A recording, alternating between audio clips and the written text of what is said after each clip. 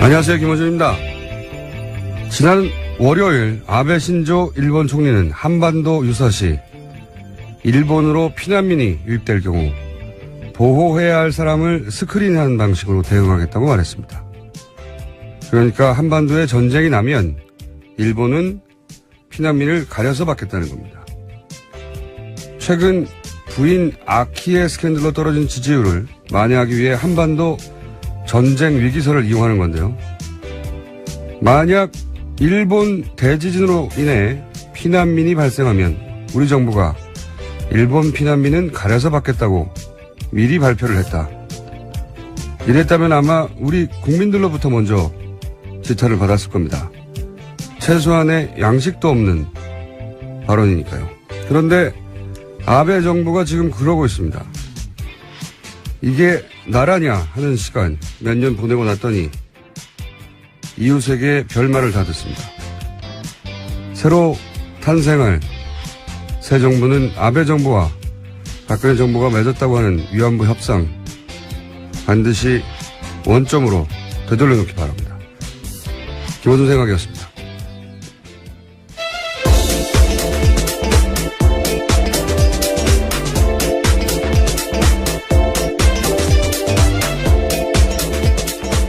시사인의 김은지입니다. 김은지 기자는 축구 좋아해요? 아니요. 네. 제가 축구 광인데 요즘 챔피언스 리그 한참인데 이걸 못 보다니요. 아, 이 시간에 하나요? 이 시간에 하는 게 아니고 이제 중요한 경기가 8강 경기가 좀 전에 끝났는데 예. 여하간 잘 모르시니까 네네. 넘어갔죠. 너무 모르네요. 저희가 뉴스공장 처음 시작할 때 이렇게까지 중요한 시사 뉴스들이 매일매일 쏟아지지 않았기 때문에 축구 얘기만 맨날 했거든요. 그 축구 얘기를 다시 하고 싶습니다. 자, 첫 뉴스는요? 네, 각 후보들 유세 현장 먼저 전해드리겠습니다. 더불어민주당 문재인 후보는 어제 국민의당 안철수 후보를 겨냥해서 호남을 정치적으로 이용하고 있다, 이렇게 비판했습니다. 광주 유세에서 호남을 위해서 뭐 하나 한 일 없으면서 호남을 정치적으로 이용하는 사람이 과연 누구냐, 이렇게 물어보자 유세장으로 몰려든 시민들이 안철수라고 답하면서 호응한 겁니다. 예, 그러니까 이제 안캠프에서 호남 홀대론 그리고 뭐 안철수 후보가 민주당이 호남을 이용한다. 뭐 여기에 대해서 그 다음날 유세장에서 응답을 한 거죠. 예. 요 대목은 저희가 유세 당시에 문재인 후보 육성으로 잠깐 들어보겠습니다. 박정희 유신 독재와 맞서 싸웠습니다. 그때 다른 후보들은 어디서 무엇을 했습니까? 나주혁신도시 한전 이전, KTX 호남선 노력할 때 다른 후보들은 무슨 일을 했습니까? 호남을 위해서 뭐 하나 한 일이 없으면서 호남을 정치적으로 이용하는 사람이 과연 누구입니까? 자, 1번 후보는 어제 이런 이야기를 했고요. 자, 2번 후보는요? 네, 홍준표 후보는 어제 부산과 울산을 찾았습니다. 그러면서 문재인, 안철수 후보 동시에 공격했는데요. 문재인을 찍으면 누가 대통령이 된다? 김정은, 이렇게 대답을 했고요. 또 안철수 찍으면 누가 대통령이 된다? 거기 있던 사람들이 박지원이라고 하자 그렇죠 라고 대답한 겁니다. 네. 자, 이것도 홍준표 후보가 유세 현장에서 했던 이야기들 중에 일부 저희가 들려드리겠습니다. 문재인이가 대통령 되면 이 나라 대북 정책을 정하는 대통령은 김정은이다. 안철수가 대통령이 되면 대북 정책을 정하는 사람은 박지원 대통령이 됩니다. 거기 국민의당에 여의도 요물이 한 사람 있어요. 네. 이거는 지금 1, 2등이 아니기 때문에 2번 후보가 1등도 공격해야 되고 2등도 공격해야 되는 상황인 거죠. 예. 그 중에 안철수 찍으면 박지원 상황 된다. 그리고 문재인 찍으면 문재인 후보는 1등이기 때문에 북한이 친북 정권이 될 것이다. 이런 공격인 거죠. 예. 안철수 찍으면 박지원 된다는 공격에 대해서 박지원 대표가 뭐라고 하고 싶을 텐데 애초에 이 누구 찍으면 누구 된다 공방이 박지원 대표의 워딩에서부터 시작해가지고 네, 홍준표 찍으면 문재인 된다였죠. 자, 이런 이야기가 유세 현장에서 2번 후보에서 있었습니다. 이제 3번 후보. 네, 안철수 후보는 어제 대전 현충원에 들러서 참배하면서 안희정 지사의 통합 정신을 안철수가 함께 실현하겠다. 이렇게 충청 표심에 호소했습니다. 또 대구로 넘어가서는 안보 대통령 되겠다면서 보수 표심 공략했는데 북한이 저를 두고 차악을 선택하는 것이라고 했기 때문에 김정은 정권이 저를 두려워하고 있습니다. 이렇게 이야기했습니다. 네. 이게 이제 경쟁당의 후보를 거론하는 게 얼핏 말이 안 되는 것 같은데 안희정 지사는 이제 거론했는데 말이 생각해보면 되는 전략이에요. 왜냐하면 민주당이어서가 아니라 안희정이어서 지지했던 충청의 표심 중에 갈 곳을 몰라 하는 사람들은 나한테 와라 하는 전략이니까 들어보겠습니다. 안희정 지사의 문권과 통합 정신 저 안철수가 함께 실현하겠습니다. 개혁의 적임자 누굽니까? 통합의 적임자 누굽니까? 미래의 적임자 누굽니까? 저는 아무리 들어도 이 안철수 후보 발성은 잘 익숙해지지 않은데. 자, 그 얘기는 나중에 하고요. 자, 이런 메시지가 있었습니다. 이제 4번 후보. 예, 일단 한번 쫙 훑어보겠습니다. 5번 후보까지. 4번 후보 유승민 후보는요? 네, 어제 경기 북부권 훑었습니다. 그러면서 중도 보수층 놓고 경쟁하는 안철수 후보 겨냥했는데 안 후보를 향해서 사드 배치를 제일 먼저 반대했다가 호남을 기반으로 한 경선에서 이기고 난 뒤에 찬성으로 돌아섰다면서 국민을 거짓말로 속이는 행위다 이렇게 비판했고요. 또 안 후보가 대통령에 당선되면 박지원 대표가 안철수의 최순실이 될 가능성이 상당히 크다 이런 말까지 했습니다. 홍준표 후보하고 같은 전략이네요. 이 부분은요. 예, 들어보겠습니다.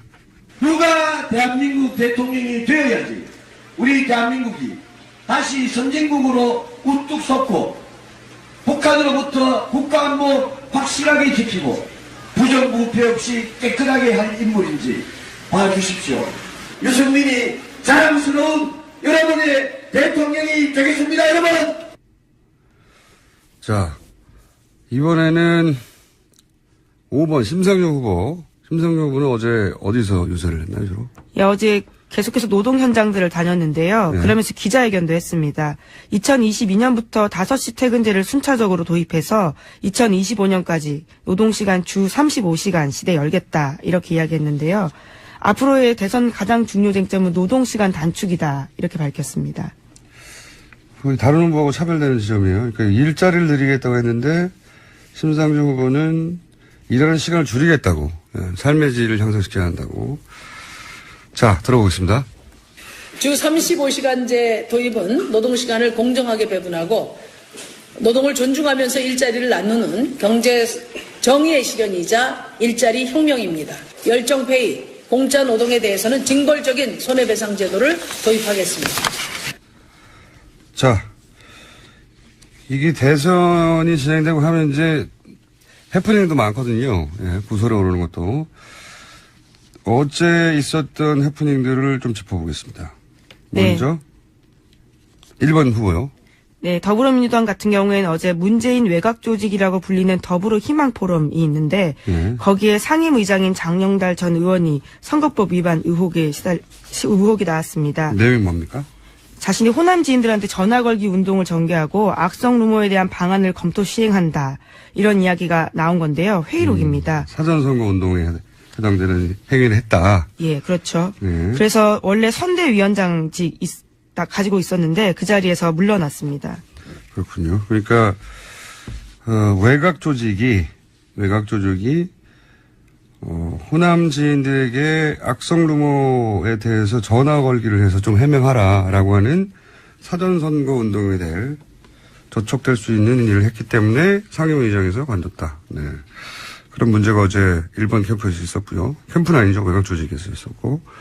2번 후보 관련해서는요? 네, 어제 홍준표 후보 YTN 모바일 방송 출연해서 설화를 빚었습니다.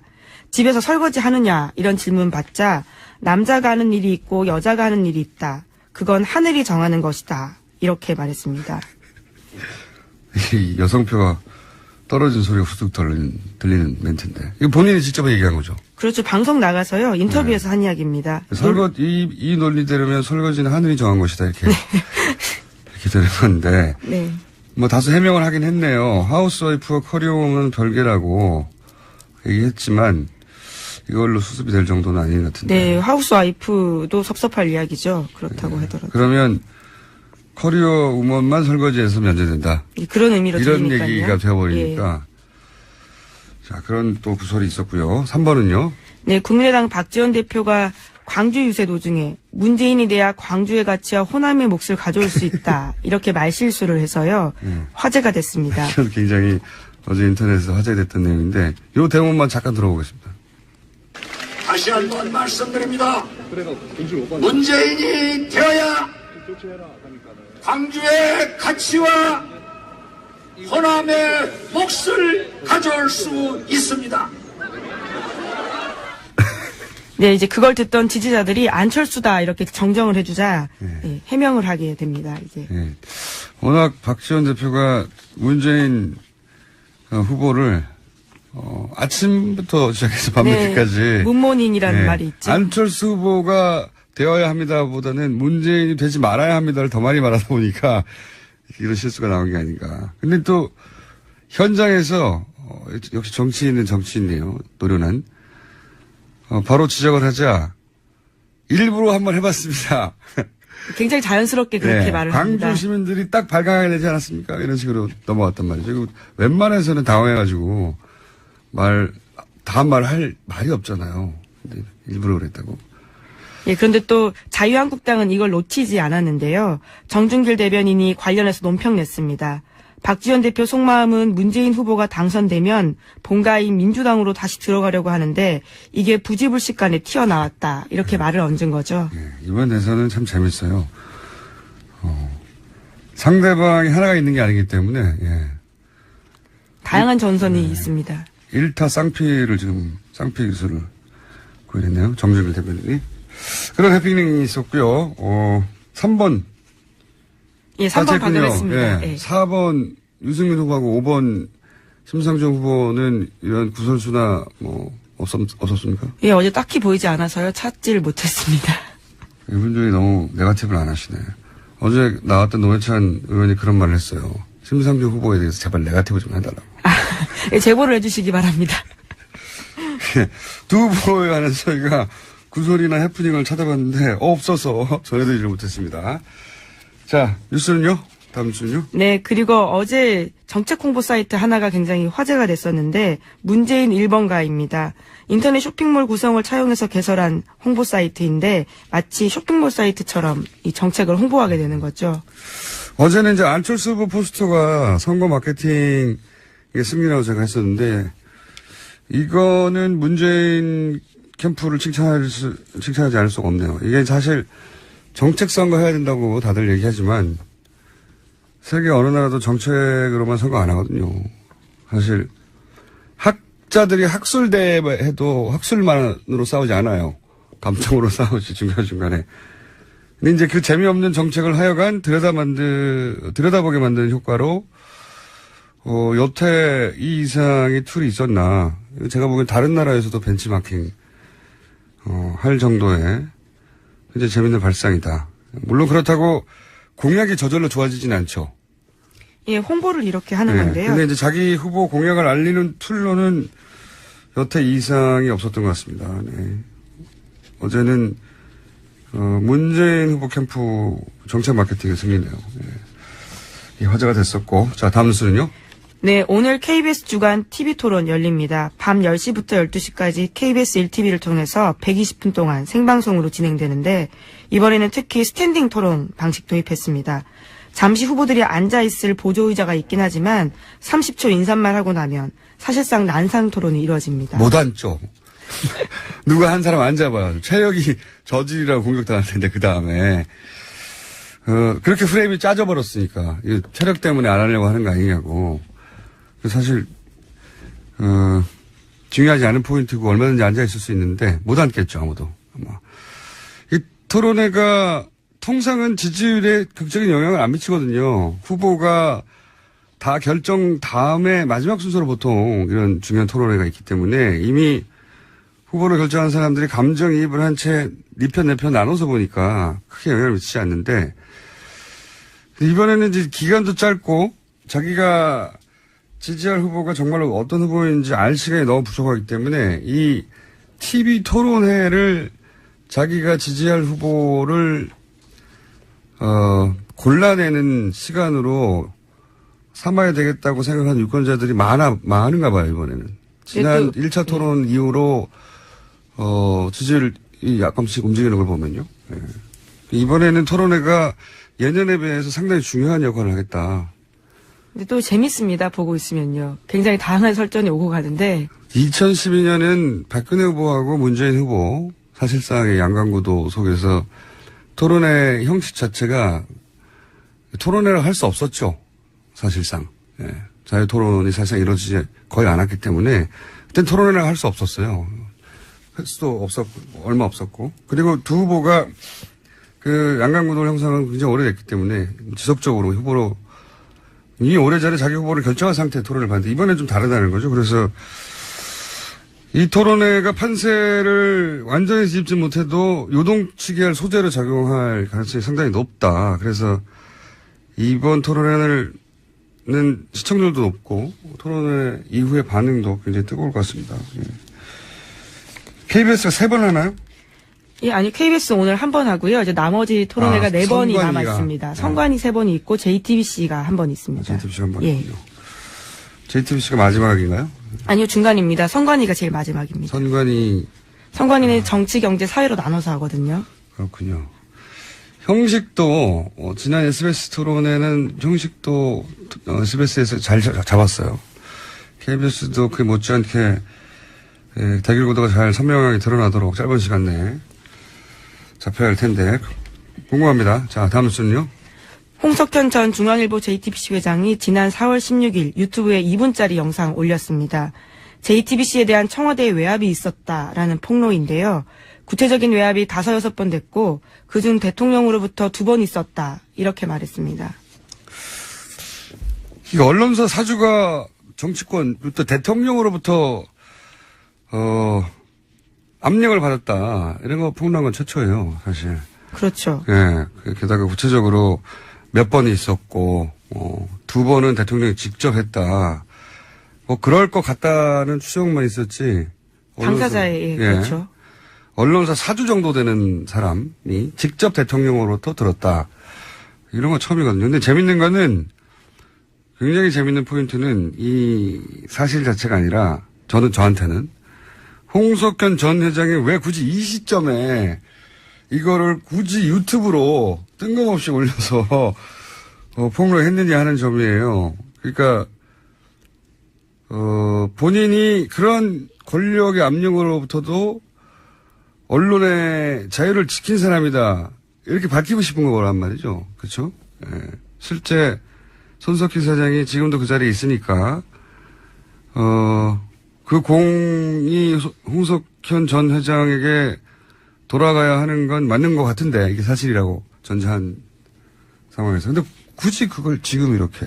근데 또 유튜브에 올린 것도 이틀이나 지나서야 알려지게 됐습니다.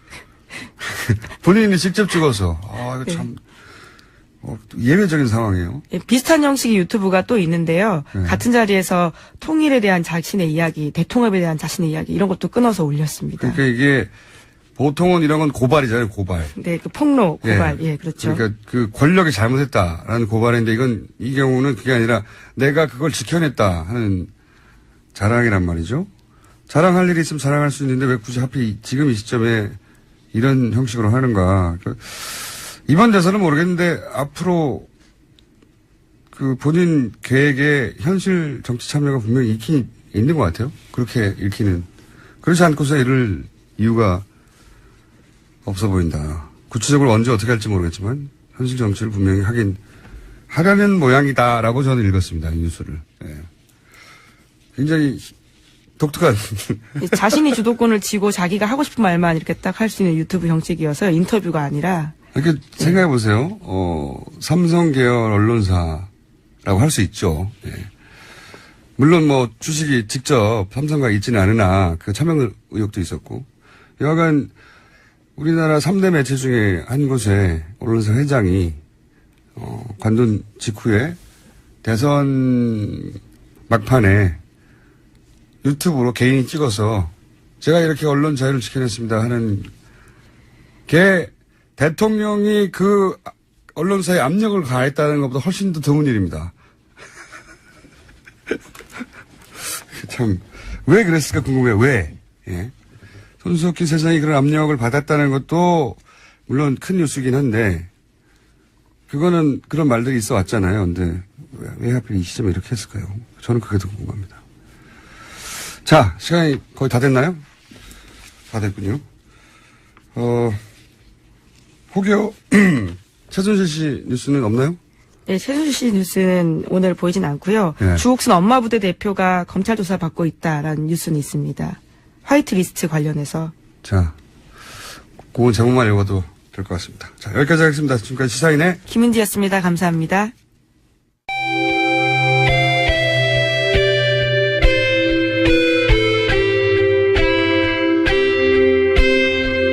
항상 나라를 생각합니다. 이혜훈의 나라 걱정.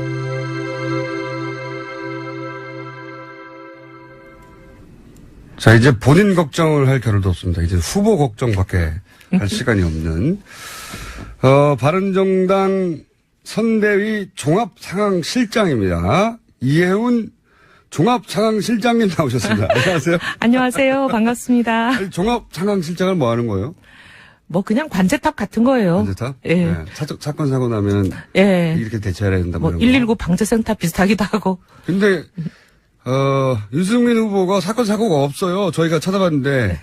너무 모범생이라 사고를 좀 쳐줬으면 좋겠다고 다들 그러세요. 그러니까 예. 뭐 구설도 올라야 예. 언론에 한 번이라도 더 보도되는데 저희가 찾아봤거든요. 예. 지금 사건 사고를 너무 안 쳐서 조금 사건 사고가 너무 없어요. 네. 종합상황실장이 할 일이 없습니다. 그러니까 상황을 막 이 대선 기간에 그래서 종합상황실장이 사고를 칠까 생각 중이에요. 그거라도 하세요. 그러면 네. 유승민 후보 종합상황실장이 사고를 쳤다라고 유승민 후보가 한 번 더 거론되게. 네. 알겠습니다. 사건 사고가 너무 사실 심상정 후보 쪽에 노회찬 의원도 그래요. 네거티브가 너무 없다 우리 당에. 우리 후보를 좀 네거티브를 해다오. 네거티브 해주세요. 네, 그러니까. 네거티브 플리즈. 유승민 후보에 대해서도 마찬가지로? 아니 뭐 저희는 네거티브를 바라는 건 아닌데 네. 관심을 바라죠. 아니 그러니까 관심이 꼭 좋은 것만 있는 건 아니잖아요. 그러니까 무슨 관심이라도 필요할 때 아닙니까? 근데 저희는요 솔직히 말해서 저도 좀 모범생 컴플렉스가 있는 건지 좋은 관심은 좋은데 네거티브 관심은 노 땡큐예요. 그래요? 네. 네거티브 관심이라도 저는 필요한 때라고 봅니다. 아. 관심이 야, 아직도 선거판에 그런 물이 덜 들었나 봐요, 저도. 인터넷에 유명한 격언이 있지 않습니까? 무풀이 가장 무서운 거라고. 무풀이 무서워. 자, 그리고 아예 무풀은 아니에요. 당 내에서 네거티브가 나와요. 당 내에서. 네, 맞습니다. 이종구 선대부본부장, 게다가 선대본부라는 게 결국 후보를 당선시키자고 하는 건데, 부위원장인가요? 부본부장인가요? 부위원장. 네, 부위원장. 부본부장보다 훨씬 높은 겁니다. 그래요? 최고 높은 거예요. 그러니까 유승민 후보를 당선시키는 책임을 진 최일선에 서 계신 분이 후보가 등록하자마자 사퇴하고 안철수 후보를 지지 선언해야 된다 이런 맥락의 말을 했잖아요. 보도가 크게 됐어요. 제가 뭐 정치 연륜이 길지는 않지만 하여튼 제 머리 털나고 듣도 보도 못한 아주 저질 총질이에요. 저질. 같은 당에 있으면서 저질 총질이라고. 아니 근데 이거는 바른정당을 지지하지 않는 분들조차도 이건 첫날부터 이런 얘기를 하는 건 심하지 않나?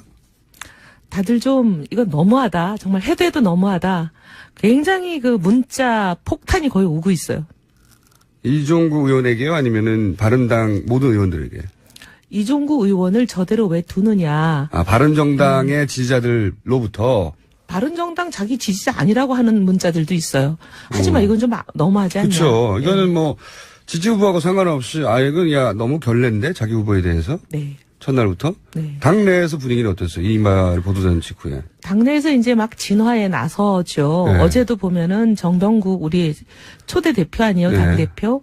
그리고 이제 선대위원장이시잖아요. 네. 그 선대위원장이 나서가지고 이거는 안 된다. 이건 말이 안 되죠. 네. 그다음에 심지어 이제 김무성 의원까지 어제 나서서 진화를 한 걸로 그렇게 알고 있습니다. 진화가 되나요, 근데? 이미 말은 나와버렸는데. 그러니까 이제 이런 일을 하지 말고 열심히 잘해보자. 이런 거죠. 실제 분위기는 어때요? 그러니까 제 실제 말은 뭐냐면. 분위기는 굉장히 격앙이에요. 이제 당협위원장이라는 게 각 지역 사령관들이잖아요. 그렇죠. 예를 들면 서초구 하면 서초구에 이제 저희 당 사령관이 둘이 있거든요. 갑을 네. 이런 식으로. 그분들이 전국에- 나중에 국회의원이 되는 거죠, 당선. 네. 예. 선거에 나가서 당선되면 국회의원 떨어지면 원외위원장. 예. 요런 사람들을 통칭하는 개념이 당협위원장이에요. 예. 거의 한 전국에 253개 정도의 선거구가 있으니까 예. 그 정도 숫자가 있잖아요. 네. 그분들이 이제 단톡방 비슷한 게 있어요. 예. 톡방이. 예. 톡방에 뭐 아주 그냥 난리 났죠. 성토가. 거의 뭐 폭탄 터진 거죠. 뭐 이종구 제명하는데 내가 앞장서겠다 이런 사람들도 나오고. 화날 일이죠. 네. 그러니까 우리 후보가 지지율이 낮은 게 안타깝고 어떻게 끌어올릴까를 고민해야 할 첫날에 관두라는 얘기부터 하는 게 말이 안 되잖아요. 관두라는 것도 기가 찬 일이지만 더 네. 기가 찬 거는 다른 당 후보를 모아서 우리가 모여서 지지 선언하자고 하셨으니 더 기가 차죠. 구체적으로 그렇게까지 얘기했어요? 안철수 후보를 자유당 의원들까지 합해서 100명 정도 지지 선언을 해야 된다. 국민의당에서 신문분 아닌가요? 이 정도 그러니까 되면은? 국회의원 100명이면은 3분의 1이거든요. 그러니까 바른당 더하기 자유당 더하기 그러니까 당 국민의당 차원에서 해가지고. 안 되면 네. 자유한국당의 일부, 바른정당의 일부 100명 모아서 그 100명이 안철수 후보 지지선을 해야 한다. 라고 발언을 했어요? 라고 했다고 보도에 나오던데요. 제가 그 말을 직접 들은 건 아니지만 뉴스에 그렇게 나와요.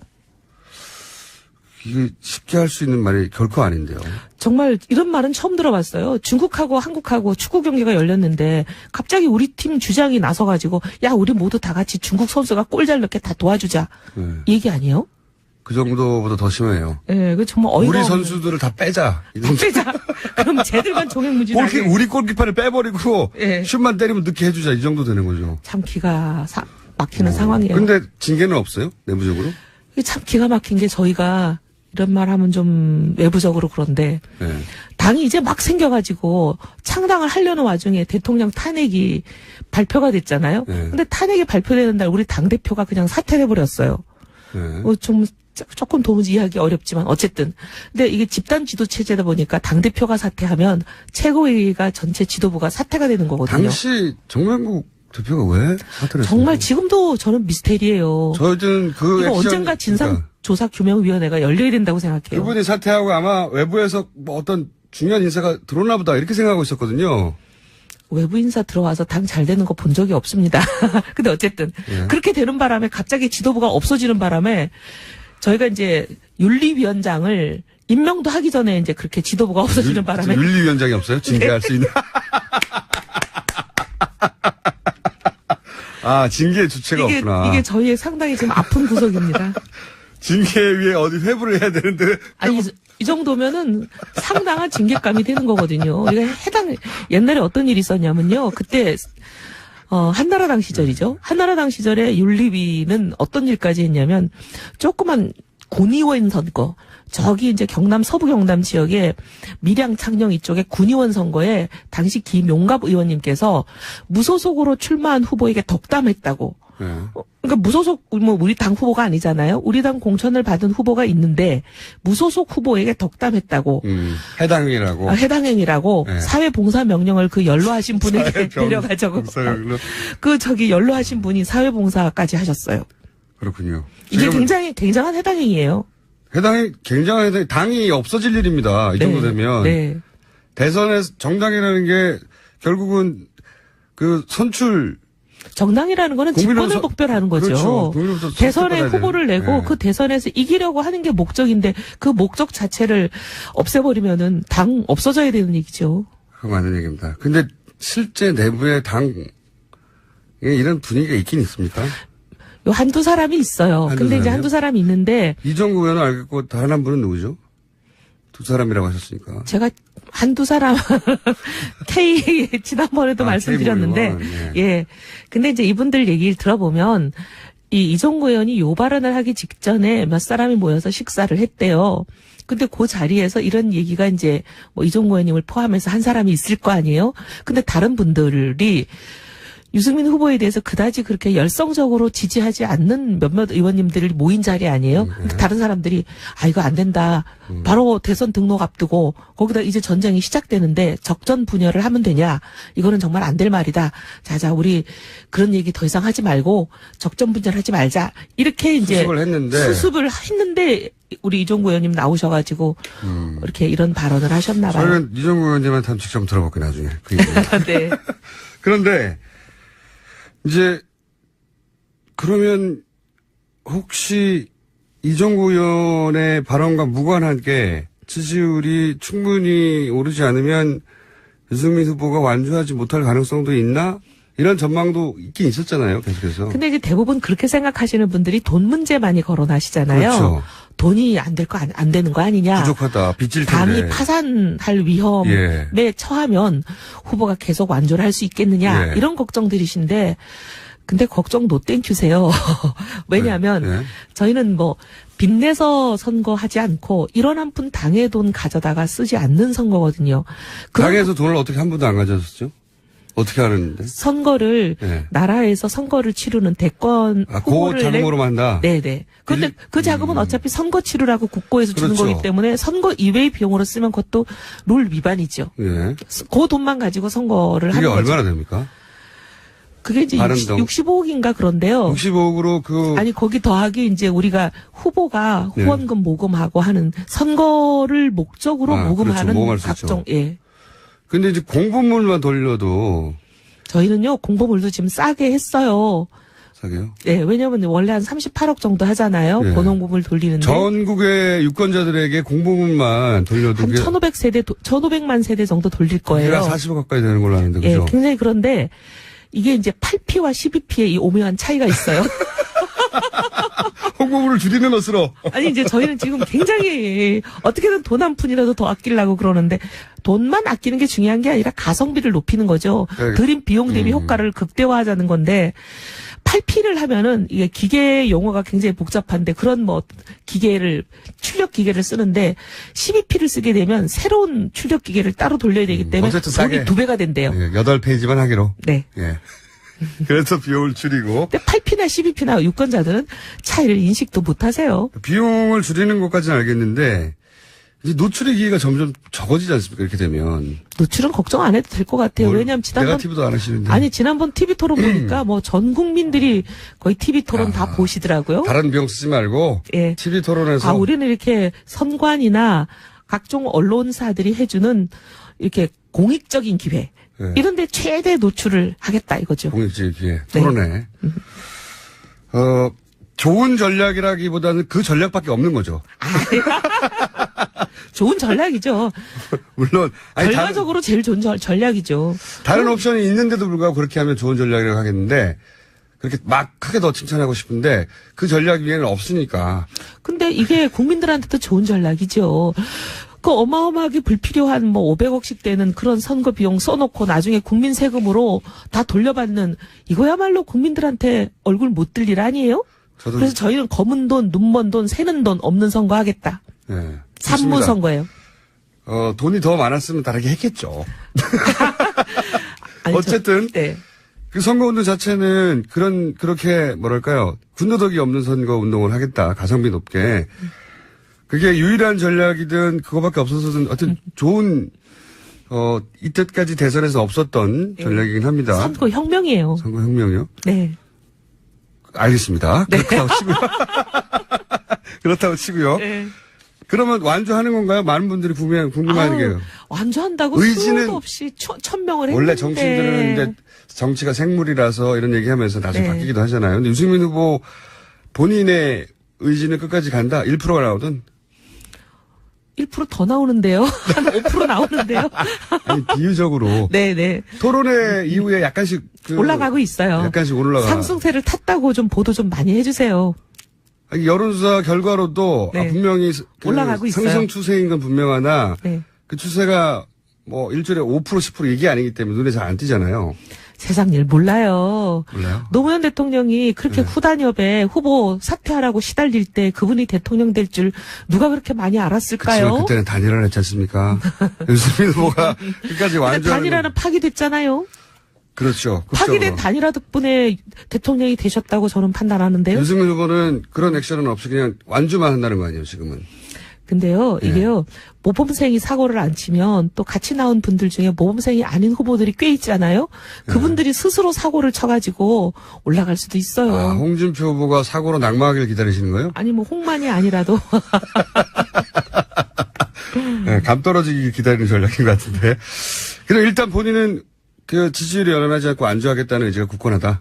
당연하죠. 네, 그렇기 때문에 당내에서 다른 얘기는 개별적으로 이정구 의원 같은 분들이 얘기를 할 수는 있으나 뭐 사퇴하라고 당에서 압박을 공식을 한다든가 그런 건 있을 수 없는 일이다. 없는 일이고 어제만 하더라도 이제 이종구 의원님의 이런 어떻게 보면 기가 막힌 발언 때문에 다들 놀래가지고 선대위원장님들이랑 전부 총출동해서 우리는 오히려? 예, 단합된 유세를 했죠. 오히려 그렇지 않다는 걸 보여주기 위해서. 네. 그리고 이제 제가 전기 스쿠터를 타고 다니면서 유세하는 귀엽죠. 그러니까 그 전기 스쿠터가 다종다양한 유세 차량 중에 네. 한 방편으로 사용됐으면 네. 야, 참 좋은 아이디어다 했을 텐데 전기 스쿠터만 달랑 있으니까 좀 안쓰럽다. 유세 차량을 빌릴 돈이 없구나. 그렇죠? 근데 이게요. 아까 계속 말씀드리지만 그 어떻게 보면 후보가 253개 지역에 3주 정도 되는 선거 기간에 다 못 가요. 못 가죠, 당연히. 못 가는데 그 후보가 타지도 못하는 그 어마어마한 유세차들을 그렇게 막 몇백 개씩 만드는 거 그거 정말 국민 돈으로 세금으로 하는 거 잘하는 거예요? 알겠습니다. 네. 네. 어쨌든 모르시는 분도 많겠지만 네. 저는 업이 이러하여 어떻게 유세가 이루어지고 있나 다른 후보들도 보는데 유승민 후보 쪽에서는 전기 스쿠터를 한 대 달랑 타고 이렇게 재밌었어요, 근데. 그래도 뭐 이목도 끌고 그다음에 국민들도 신선하게 느끼시고 그리고 이게 이제 골목골목을 잘 다닐 수 있거든요. 맞습니다. 그 대형 유해차는 그 사람도 별로 없는 어마어마한 그 8차선 뭐 이런 도로에만 서 있을 수밖에 시끄럽기도 없지만 하고요. 예. 근데 네. 이거는 전기 스쿠터는 첫째 시끄럽지도 않아요. 소리도 안 나요. 조용히 다니면서 그 시장 골목골목을 다 다니면서 맞다, 모든 맞다. 국민을 다 만날 수 있어요. 맞다, 얼마나 맞다. 좋은데요. 네. 그래도 짠하긴 했어요. 짠하면 표를 좀 주셔요. 이 전략이 충분히 노출되고 알려지기만 하면 저는 그 표 중에 가장 무서운 표가 짠한 사람한테 주는 표잖아요. 그리고 이제 저희 지금 자전거 유세단도 하거든요. 너무 친환경적인 거 아니에요? 친환경이 나쁜 거예요? 아니, 좋은 거죠. 네. 보통은 유럽의 녹색당 같은 데서 하는 전략을. 보수당이 친환경 이렇게 캠페인을 하는 거는 많이 보도해 주세요. 아니, 보도할 내용이라고 봅니다. 네. 자꾸 말씀드리지만 다른 선택이 있는데도 불구하고 그렇게 했을 때 크게 보도됐을 텐데 그거밖에 없어서 그걸 한 것 같아가지고. 자, 이건 또 어떻습니까? 그럼 이제 완주하겠다는 의지는 충분히 알겠고요. 토론회가 끝나고 나서 당내에 분위기가 좀 업됐을 거 아니에요. 유승민 후보 잘한다고. 네. 예? 근데 뭐 저희는 워낙 알고 있었으니까 별로 뭐 새로운 뉴스가 아니에요. 예, 약간 거만해지네요. 대목에서. 그러면 지난 토론회에 그 국민의당이 아니죠. 바른정당 내부의 평가는 어땠어요? 전략을 이렇게 잡아가야 되겠다. 뭐 그 감독 늘박이 있었을 거 아닙니까? 그게 가장 큰 유세인데 지금 보니까. 네. 저희로서는 굉장히 이제 국민들에게 노출될 수 있는 어떻게 보면 최대의 기회거든요. 네. 그래서 이 기회를 많이 10분 활용하자. 네. 그래서 토론에서 후보가 좀 더 본인의 실력과 능력을 보일 수 있는 여러 가지 방법을 고민해보자. 이런 식인데 다행히 선관위가 그동안 저희들이 늘 주장했던 스탠딩 토론 받아들여 주셨는데 이 스탠딩 토론이 아무래도 후보의 실력 차가 극명하게 날 수 있는 부분이잖아요. 근데 다른 후보들은 처음 해보시는 건지 모르겠지만 저희는 잘 아시다시피 우리 경선 토론을 다 이걸로 했잖아요. 그때 그 남경필 후보. 그 봤거든요. 네. 재밌었어요. 토론회 굉장히. 네, 남경필 후보 훌륭한 후보예요. 남경필 후보와 유승민 후보의 토론회는 그냥 심심할 때 한번 보세요.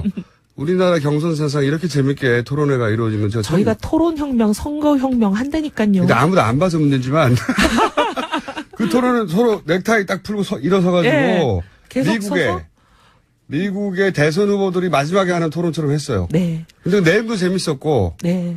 굉장히 밀도 있는 토론이었는데 아무도 안 봤어요. 근데 이제 오늘 저녁이죠? 오늘 저녁은 온 국민이 보실 거예요.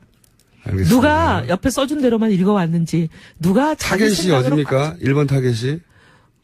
다 아실 텐데 그러세요. 모릅니다, 저는. 보수 적통 싸움이잖아요. 1번 타겟은 그러면 홍준표 후보가 되는 것이고. 아니, 저는 이게 이제 타겟이라기보다는 진실을 규명하는 게 중요하다고 생각해요. 국민들이 정확하게 알아야 판단하시니까. 근데 본인의 표는, 그러니까 바른정당의 표는 지금, 자유한국당에도 가 있지만 더 많은 포션이 국민의당에 가 있는 거 아닙니까? 둘 다 예. 진실을 밝히는 게 중요하다고 생각하는데 홍 후보는 사실 탄핵이 오게 만든 어떻게 보면 그 친박 세력들 그 사람들과 같이 한 편이 돼서 권력에 겹불을 쬐는 사람이거든요. 겹불을 쬐다? 그랬죠. 예. 공천 한번 떨어진 적 없고 어디 한번 뭐 핍박받은 적이 있습니까? 그건 사실 제가 보기에는 홍준표 후보를 지지하기 위해서 하는 발언이 아니라 그럴 리는 없잖아요. 덕본 건 없죠. 이번 정권 안에서. 아니, 그렇지만 피해본 것도 없어요. 공천 다 받았죠. 언제 한번 공천 못 받은 적 있어요? 거기다가 박완수라는 사람으로 이미 내정돼 있던 그 경남지사 보궐선거에서 그분을 그냥 날려버리고 공천을 내리 꽂아주는 그런 특혜까지 받았는데 그게 왜 겹불 짠 게 없어요? 자기 힘으로 제가 됐다고 보긴 하는데 상당 정도. 공천은 그렇지 않죠. 선거는 몰라도. 어쨌든. 예. 그러니까 이제 그렇게 바라보시고 있고. 홍 후보 경우에는 권력이 시퍼럴 때 잘못 가면 잘못이라고 얘기하는 게 의인이지 그게 배신이 아니잖아요. 근데 그것을 자기 한 자리가 겁이 나서 말을 못하고 입 다물고 있었던 사람들. 하지만 유승민 후보는 그런 사람들이야말로 연연하지 않고 얘기를 했다. 그런 홍 후보야말로 어떻게 보면 이 정말 보수의 오늘 이 괴멸의 위기를 만든 사람들 중에 하나라고도 볼 수 있는 거죠. 자, 그러면은 그 또 다른 라이벌로. 안 후보의 경우는 보니까 이 후보는 당에 이렇게 얹혀 있는 것 같아요. 당을 장악하지도 못하고. 근데 이 후보는 보면 당이 일사불란하게 안 후보를 잘 도와주고 있는 것 같은데요. 그렇지만 예를 들면 네. 사드 당론 같은 거 본인은 바꿨다고 그러니까 사드에 대한 입장을 본인은 바꿨다고 얘기하지만 당은 계속 줄기차게 후보와 다른 입장을 견지하고 있잖아요. 당이 기반한 또 지역의 정서를 고려하지. 어찌됐거나 간의 결론이 본인이 그 중요한 제일 이 대선 국면에서 중요한 입장인 사드 문제에 대해서도 자기 입장 하나를 당에 관철시키지 못하는 후보는 당을 장악하지 못하고 있는데 그럼 당은 누가 장악하고 있냐? 결국 DJ 노무현 정부에서 장관 하시고 그다음에 대권 후보 하시고 비서실장 하셨던 그런 분들이 지금 줄줄이 당의 주인이 되어 계시는 분. 박지원 대표를 말씀하시는 예, 그렇죠. 박지원뿐만이 아니라 정동영, 천정배 다 그런 분들 아니에요? 자유한국당하고 바른정당은 안철수 후보와 박지원 대표를 연결하는 전략을 계속 구사하시는 것 같아요, 그죠? 박지원 대표뿐만이 아니라 정동영 지금 선거대책위원장인가 그분도 계시고 천정배 전 장관님도 계시고 다 DJ 노무현 정부에 소위 보수들이 기겁하는 대북 정책 하시고 보수들이 기겁하는 여러 가지 이제 안보에 관한 불안한 일들을 하셨던 분들이에요. 근데 지금 보수가 국민의당을 지지한다고요? 근데 안철수 후보는 거기 얹혀 있고 결국 만약에 안철수 후보가 설사 그럴 일은 없지만 당선이 되신다면 안철수 후보 마음대로 아무것도 못하고 안철수 후보 쪽에서 유승민 후보한테 말을 하는 게 근데 지금 지지율로 보면 더 맞는 거 아닙니까? 안철수 후보 마음대로 정책은 하나도 못하고 결국은 이 뒤에 있는 소위 말하면 상황들이잖아요. 상황들. 이 상황도 아니고 상황들이라고. 상황들에 의해서 모든 게 다 움직여지고 안철수 후보는 거의 꼭두각시가 될 수 있는 그런 부분인데 이거 정확하게 국민들이 아셔야죠. 이번 토론에 어떤 전략으로 나올지는 이제 알겠습니다. 대충. 제 얘기죠. 토론 때 유승민 후보를 제외하고 토론을 제일 잘했다, 제일 못했다 이렇게. 저는 제일 잘한 사람은 심상정 의원이라고 생각합니다. 이 후보를 제외하면. 네. 자기가 다 알고 있는 걸 얘기하잖아요. 그렇죠. 예. 네. 그리고 뭐 막힘이 없고, 뭐 안보면 안보, 경제면 경제, 사회복지면 복지. 딱히 표를 가져갈 후보가 아니어서 칭찬하는 거 아니에요? 아니요. 서로 겹치지 않으니까. 객관적이에요, 객관적. 근데 언론들도 그렇게 평가했던데요. 유심히 빛났다. 이거는 언론의 제목이잖아요. 두 분의 그 지금 대선 지지율보다 훨씬 높은 평가를 받았죠. 예, 잘했다는 평가에서. 자기 지지율 넘어서는. 예, 당연하고. 그리고 제일 못한 후보로 평가받는 사람이 안철수 후보던데요. 심지어 언론의 제목에 보니까 이렇더라고요. 유승민 압승하고 안철수 이대로는 곤란해. 그런 제목들도 있었어요. 아니, 그럼 개인적으로 보시기는 어땠어요? 안철수 후보는 좀 더 공부 많이 하셨으면 좋겠어요. 공부의 문제가 아니라 전달의 문제였지 않았을까요? 아이, 전달이 안 되는 거 하고요. 모르는 거 하고는 그 정도 볼 수 있는 눈은 있습니다. 저도. 예, 모른다고 보셨다고요? 예. 그 점점 안철수 후보를 향한 공격이 수위를 높여가네요. 바른정당 입장에서 내 거 내놔라 이런 자세인 것 같고 지금 그러면 유승민 후보 입장에서 가장 큰 고민이 뭡니까? 고민요? 예, 없어요? 이제 초탈한 상태입니까? 고민이야 뭐 이것저것 있죠. 지금 많이 열버지고 이제 변화의 조짐을 보이고 있지만 아직까지 잔불이 다 꺼지지 않은 것처럼 배신자 약간씩 프레임. 남아있는 그런 부분들도 배신자 프레임. 발목을 좀 잡고 있죠. 대선이 이제 3주밖에 안 남았는데 유승민 후보가 어차피 그렇게 여러 군데 안 다니시면 저희 방송에나 한번 드리려고. 열심히 다니고 있어요. 어제도 하루 종일 너무 제가 유세 일정 많이 짜줬다고 본인이 거의 뭐 저희 방송국 근처 좀 들려주세요. 네. 이혜훈 의원입니다. 3부에서 뵙겠습니다. 감사합니다. 뉴스공장의 코너 중에 이렇게 격조 높은 코너가 있냐고 그런 평가를 받았습니다. 최근 가장 격조 높은 전문적인 코너라고 평가를 받았던 유권자 표심을 저희가 짚어보는 시간입니다. 두 분의 여론조사 전문가와 함께하는 시간. 박시영 윈즈코리아 컨설팅 부대표 나오셨습니다. 안녕하십니까? 예, 안녕하십니까. 박시영입니다. 이상일 아젠다센터의 대표 나오셨습니다. 안녕하십니까? 네, 안녕하세요. 네. 그 뉴스공장에 두 분이 처음 나오셨는데 방송 직후에 혹시 주변에서 어떤 잘했다 못했다 평가를 못 받으셨어요? 저는 개인적으로 얼굴이 안 나오는 라디오가 훨씬 낫다라는 평가를 받았어요. 내용에 대해서는 뭐 예리했다든가 아니면 잘했다든가 혹은 뭐 진행자가 어떻다느냐 아니면 네, 뭐 저는 그래서 굉장히 반응들이 좀 여러 명 굉장히 많았습니다. 세 분이 반응을 주셨는데 저는 이제 김어준 씨가 생각하는 대선 전망 이런 걸 저한테 좀 물어볼 줄 알았더니 단골 고깃집을 꼭 알아봐달라는 그런 부탁이 있었습니다. 그렇군요. 저 뉴스공장과 어울리지 않을 정도로 격조가 높았다고 항의가 있었어요. 저기 박시영 대표님은 뭐 반응 없었나요 주변에서? 아니 보니까 뭐 페이스북 보니까 예, 잘 봤다. 예, 흥미롭다. 뭐 앞으로 기대된다. 뭐 이런 반응들이 좀 있더라고요. 예. 아무 반응도 없는 것과 마찬가지입니다. 고깃집 반응 이런 거 좋습니다. 자, 두 부분의 완전히까지는 아니지만 분석 방법도 좀 다르고 보시는 시각도 다른 두 분의 전문가로부터 얘기를 좀 들어볼까 이번 주도 하는데 우선 가장 먼저 제가 여쭤보고 싶은 게 지난 이제 주말 정도에 여론조사가 지난 한 주간에 많은 일들이 있었잖아요. 뭐 TV 토론도 있고 또 강 후보 간에 공방도 있고 여러 가지. 그러다 보니까 이제 지난 한 주에 여론 추이가 어땠는지 다들 궁금해했고 그래서 뭐 금토일 연속으로 여러 여론조사가 발표가 됐어요. 네. 근데 이제 수치가 중요한 게 아니라 몇 개 여론조사는 이게 차이가 조금 벌어지고 있구나.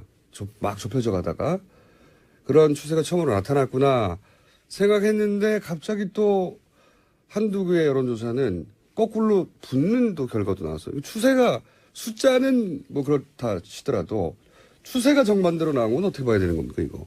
네, 대체적으로 보면 지난주까지의 조사 결과를 보면 전화 면접 조사로 한 언론사 조사 결과는 평균 뭐 5% 내외에서 이 문재인 후보가 오차 범위 내에서 우세한 것들이 많이 나왔죠. 네. 그리고 이제 ARS 조사의 경우에는 무선 비중이 많을 때는 7에서 한 10%까지 격차 좀 더 벌어지는 조사들이 많이 나왔습니다. 그러니까 무선이 문 후보에게 좀 유리한 경향은 계속 보이는 것 같아요. 네, 왜 그러냐면 실제로 우리가 여론조사를 할 때 직업 쿼터를 주지는 않습니다.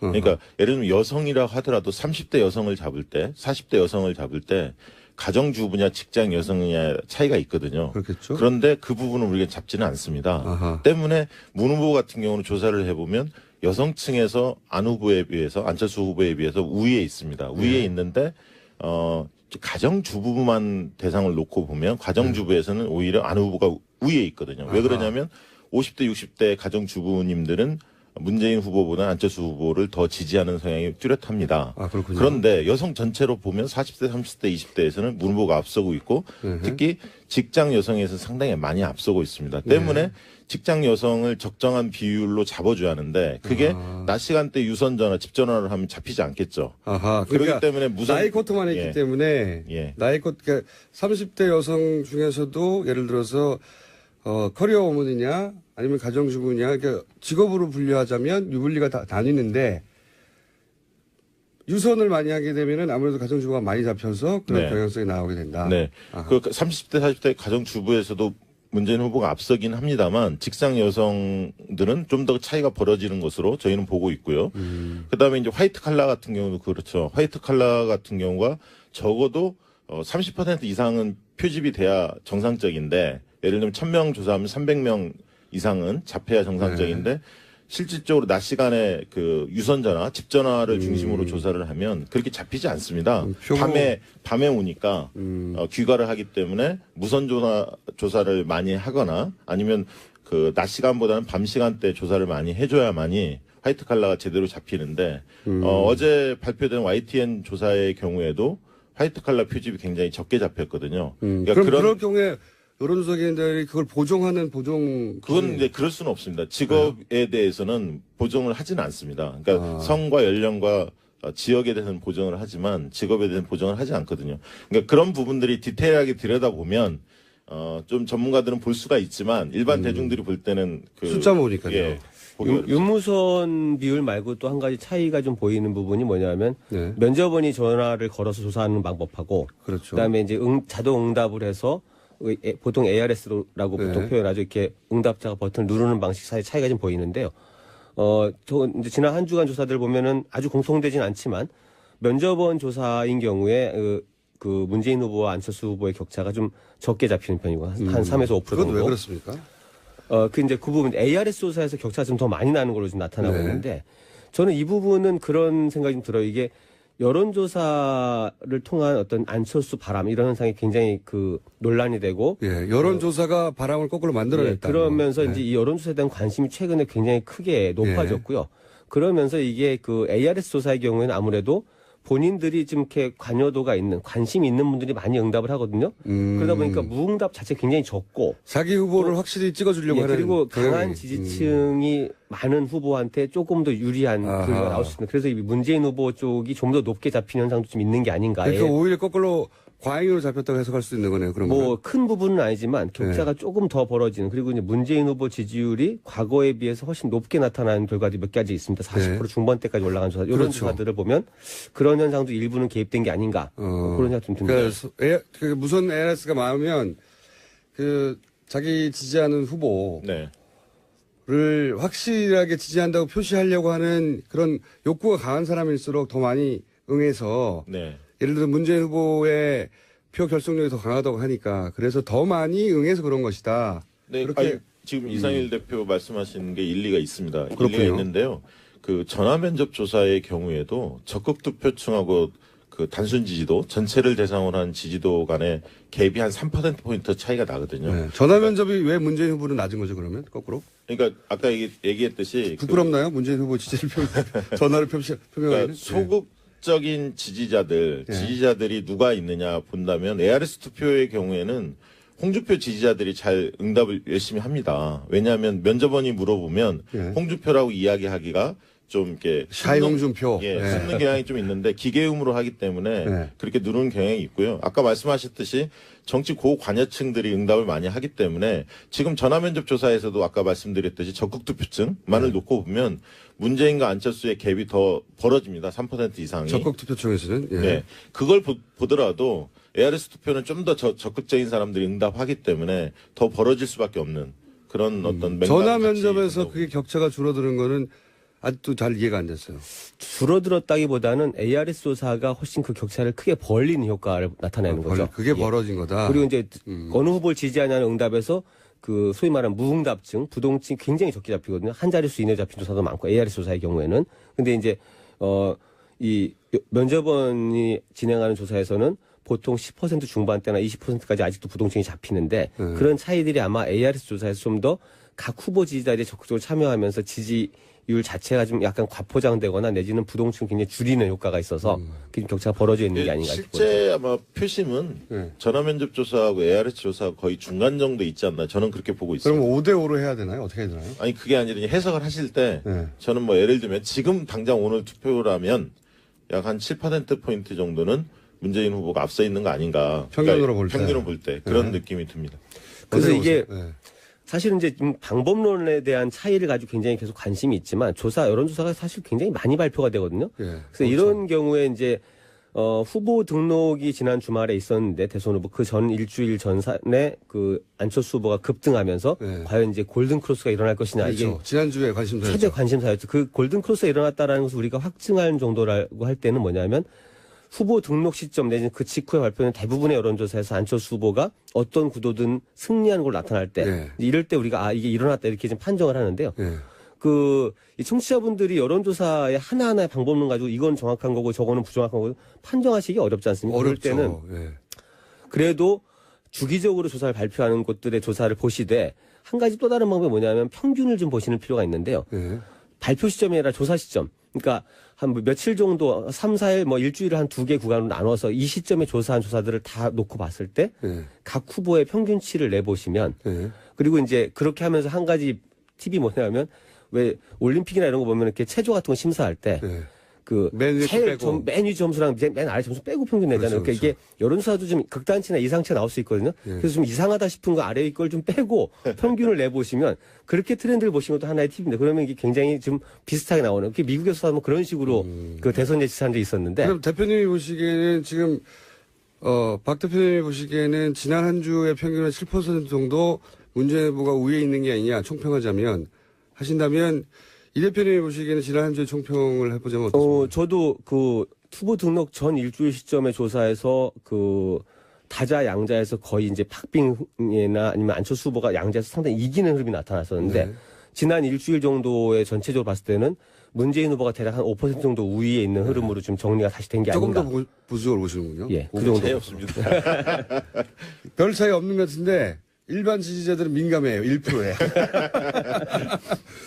그러면 제가 궁금한 그 아까 질문은 뭐였냐면 가장 궁금한 건 벌어졌다고 두 분 다 보시는 건데 근데 왜 좁혀졌다는 결과도 나오죠? 아까 얘기했듯이 이제 그 YTN 조사의 경우에는 중앙일보 조사도 그랬습니다. 중앙일보 조사는 또 자체 조사를 했거든요. 질문지를 보시면 중앙일보가 조사한다는 거를 고지를 해요. 맨 앞에? 예. 그러다 보니까 물론 이제 보수 중도 진보층이 얼마나 잡혔는가 보면 편향이 크게 일어나지는 않았습니다만 상대적으로 그런 어떤 특징도 좀 보수 있지 않았나. 후보들이 좀 더 반응하기 쉬운 아무래도 중앙일보에서 조사한다는 걸 알리기 때문에 그렇게 하면 그런 경향성이 나타납니까? 약간은 있다고 봐야죠. 약간은 어떻게 보세요? 저도 그게 조사 주체에 대해서까지도 좀 민감하게 반응하는 게 최근의 트렌드인 것 같아요. 그래서 그렇구나. 이 정당명이나 후보명을 넣었을 때 우리가 그게 분명히 주는 효과가 있거든요. 이게 어느 정당이 조사하는구나라고 하면 그 정당 지지층이 좀 더 편하게 응답할 수 예를 들어 있는. 민주당의 여론조사랑 민주당 지지층들이 좀 더 적극적으로. 근데 이게 언론에 대해서까지도 어느 정도는 물론 다수는 아닙니다만 일부 좀 민감한 분들은 그 언론에 대해서도 좀 뭐 정치적으로 뭐 보수다. 아니면 진보다 이렇게 좀 편을 좀 갈라서 보시는 분들이 있기 때문에 예를 그런 들어서 것도 좀 진보 있는 게 아닌가. 지지층들이 조중동 전화오면 끊어버린다. 예를 들어서. 많이 다 그렇지는 않겠죠. 그렇지는 않지만 그런 효과도 조금 영향을 줄 수 있다.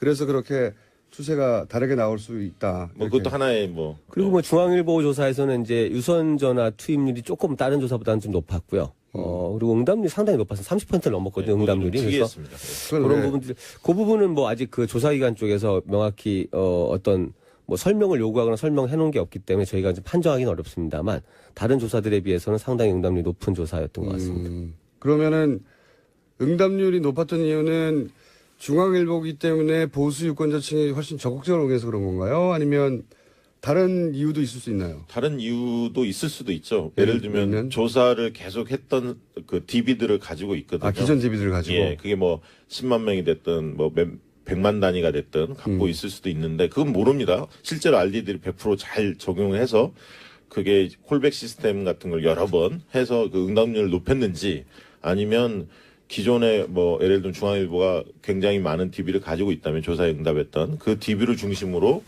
조사를 했는지 그거는 뭐 저희가 알 수는 없습니다. 예. 하여튼 현상적으로는 응답률이 대단히 높은 편이다 이례적으로. 네, 그렇습니다. 그런 특징을 가지고 있다고요. 이건 어떻습니까? 여론조사 관련해 가지고 어제였던 것 같은데 갑자기 홍준표 도지사가 자체 여론조사를 했더니 이건 주장입니다. 예, 선관위에 등록된 공식 수치가 아니라 주장이라는 걸 말씀드리고 본인 주장으로는 지지율 20%를 넘었다라고 해서 이제 선거법 위반 논란이 있었는데 제가 궁금한 건 선거법은 선관위에서 따지면 되는 거고 이제 이거를 두고 사람들이 여의도 연구소라고 하는 네. 자유한국당의 자체 연구소가 있는데 거기서 나온 수치를 가지고 떠드는 게 아닐까 이런 추정들을 했거든요. 이전 사실관계는 어떤가요? 뭐 사실은 정확한 거는 모르겠고요. 그런데 이제 흘러다닌 이야기가 예, 여의도에서는 여의도 연구원 조사가 뭐 홍준표 지사가 10% 중반대까지 나왔다는 이야기들이 돌고는 있습니다. 근데 정확히 확인된 바는 없어서 그것도 예. 이제 여의도 정가에 흐르는 여의도 연구소에서는 그런 게 나왔다는 주장이 있다. 예, 주장이 네. 중반 지금은 이제 10% 초반 10%를 넘은 조사도 있고 그렇지 못하는 조사도 있는데 중반까지도 올라갔다는 자체 결과가 있다. 뭐 아니 그거를 이제 들었는데 그게 진실인지 아닌지는 모르겠습니다. 그렇죠. 그것도 예. 페인트 모션일 수는 있죠. 근데 제가 궁금한 건 그러면 이 20%의 홍준표 지사가 아니죠. 홍준표 후보의 수치는 일방적인 주장인 거죠. 그렇죠? 지금 근거를 대지 않은 상태에서는 그렇죠. 이제 아마 뭐 자신감을 표현하다가 좀 오버한 걸 수도 있고요. 아니면 뭐 다른 수치를 헷갈렸을 수도 있는데 아직까지 뭐 공개적으로 공표된 조사에서 홍준표 후보가 20%를 넘었다는 조사는 본 적은 없는 걸로 알고 있습니다. 그렇죠. 네, 그렇죠. 예. 그러니까 여기까지는 완전히 바랍니다. 본인의. 이건 어떻습니까? 뭐 홍준표 지사는 후보는 충분한 의도는 거둔 거죠. 효과는 거뒀다고 봅니다. 아니 예. 불실의 효과를 거뒀을 수도 있어요. 아니 뭐 어쨌든 보수층들이 볼 때 야 그래도 꽤 올라가는 모양이다. 이런 어떤 느낌을 줄 수는 있거든요. 이게 이제 선거법상 공표를 해서는 안 되는데 정확하게 수치를 또 얘기한 게 아니어서 좀 애매모호한 부분이 있습니다. 적용하기는 좀 애매모호한 부분은 있습니다. 하지만 어쨌든 그런 어떤 심리적인 효과는 충분히 거둔 그런 게 목적이었겠죠. 예. 아무래도 제가 이제 궁금한 건 이런 겁니다. 이렇게 정당의 자체 여론조사 기관 여의도 연구소는 물론 여론조사만 하는 곳은 아닙니다만은 그런 기관을 인하우스로 두고 있지 않더라도 정당 내에서 여론조사를 많이 돌려보잖아요. 이렇게. 네. 그렇죠? 네. 그럴 때 이제 항상 등장하는 얘기가 안심번호 얘기가 등장해요. 근데 안심번호가 뭔지 설명을 좀 해주시고 안심번호의 정확도 그리고 왜 안 하는지 그런 거 좀 설명해 주세요. 이 안심번호라고 하면 이제 많이 들어보시기는 했을 겁니다. 휴대번호의 가상 전화입니다. 무선 전화, 휴대전화로 조사를 하는데 뭐 0505, 뭐 5050 이런 식으로 가상 번호를 붙여서 전화하는 방식인데 이게 이제 지난번 이제 총선 때 그 해당 지역의 무선 전화를 확보할 수가 없지 않습니까? 전화번호는 0102 앞번호니까 네. 지역을 알 수가 없죠. 예, 알 수가 없다 보니까 정당만 그 사용할 수 있도록 안심번호를 그 이용하게끔 해줬거든요, 선관위가. 근데 지금은 그래서 이제 그 지난번 총선 때 각 정당이 민주당이나 새누리당에서 다 안심번호 조사를 해봤습니다. 내부적으로? 예, 내부적으로 해봤더니 실제 적중률이 굉장히 높았습니다. 아하. 그러니까 여기 차이가 뭐냐면 지금은 무선 번호가 어느 동네인지 모르니까 그 지역을 정확하게 표집하기 어려운 부분이 있는데 이거는 아예 이통사로부터 번호를 받고 대신 개인의 번호는 노출되지 않도록 가상번호로 만들어서 실제 그 동네에 사는 사람을 정확하게 타겟팅해서 조사할 수 있으니 적중률이 높다 이런 거죠. 예, 그렇습니다. 근데 지금 이제 대선 국면에서는 지역별로 그게 정확하지 않더라도 예를 들면 총선같이 해당 지역구 단위가 아니라 전국 단위이기 때문에 무선 100%로 해도 뭐 안심번호와 차이가 없지 않느냐 이렇게 이제 주장하는 분들도 있습니다. 일견 타당한 지적인데요. 실질적으로 안심번호로 각 정당이 조사를 계획 중인 것으로 들었습니다. 아직은 그러니까, 이루어지지 않고 있어요? 예, 그건 모르겠는데. 절차가 오래 걸립니다. 이게 이제 뭐 지금 구조에서는 그러니까 일반 민간에서 이렇게 신청할 경우 한 10일 정도 전에 신청을 해야 되니까 조사를 하려면 이게 이제 뭐 제도는 열려 있는데 사용하기 좀 어려운. 실제로는 10일 전에. 근데 이 부분이 이해가 안 되는 게 이걸 왜냐하면 지금 일상생활에서 안심번호라는 게 새로운 게 아니고. 그렇죠. 왜 쇼핑몰 같은데 뭐 이렇게 그렇죠. 신청하면서 택배가 올 때 그 택배사에 그 내 개인 전화번호가 안 가고 가상 일회용 번호가 가거든. 그게 안심번호예요. 어려운 게 아닌데 개념이. 예. 그러니까 이거를 좀 풀어서 바로바로 쓸 수 있게 지금, 해주면 예. 지금 열흘 걸리는데 실제 선관위는 7일까지는 줍니다. 7일까지. 그래서 언론사들이 사실은 안심번호로 조사를 해볼 필요가 있습니다. 그러네요. 예. 그러니까 비용이 그렇게 많이 들어가지도 언론사들이 지금 조사하는 방식에 있어서 뭐 유무선 비율이나 이런 말들이 많으니까 다 필요 없이 안심번호로 하자. 네. 그럼 지금 현재까지 나온 방법 중에 가장 정확한 거 아닙니까? 그죠? 이게 물론 이제 70대들의 대표성이 무선 전화로 커버할 수 있느냐, 60대까지는 모르겠지만 이제 그런 부분은 있습니다만 그래도 유무선 혼합을 하면 되니까. 예, 안심번호로 해볼 필요가 있습니다. 근데 아직 안 해보고 있다. 네. 예. 그럼 이번 대선 기간 내에 안심번호로 한 여론조사 결과치가 나올 수 있을까요? 그 언론사 정당은 공표를 하지 못하게 돼 있기 때문에 후보자나 정당은요. 네. 그러니까 언론사들이 해야 하는데 언론사들이 할지 모르겠어요. 여기 뉴스 공장에서 한번 하시죠. 알겠습니다. 저희 대표님에게 비용을 좀 달라고. 뉴스 공장 발 여론조사를 한번 해봐야 되겠네. 안심번호로. 아직 아무도 안 하고 있다는 거죠? 네, 그렇습니다. 요거. 땡깁니까? 땡깁니다. 돈이 많이 드나요? 그렇게 많이 안 듭니다. 예. 얼마나 드는지. 그건 따로 얘기 드리겠습니다. 영업 비밀이군요. 네. 그런 일주일 전에 신청해야 된다는 건 일주일 전에 신청할 뿐이지 그 시점에 여론조사 결과가 나오는 건 맞죠? 네, 맞습니다. 예. 이거 해보고 싶은데요? 저기 TBS 사장님 방송을 듣고 계시다면 예산 부탁드립니다. 자, 토론회가 얼마나 중요할까요?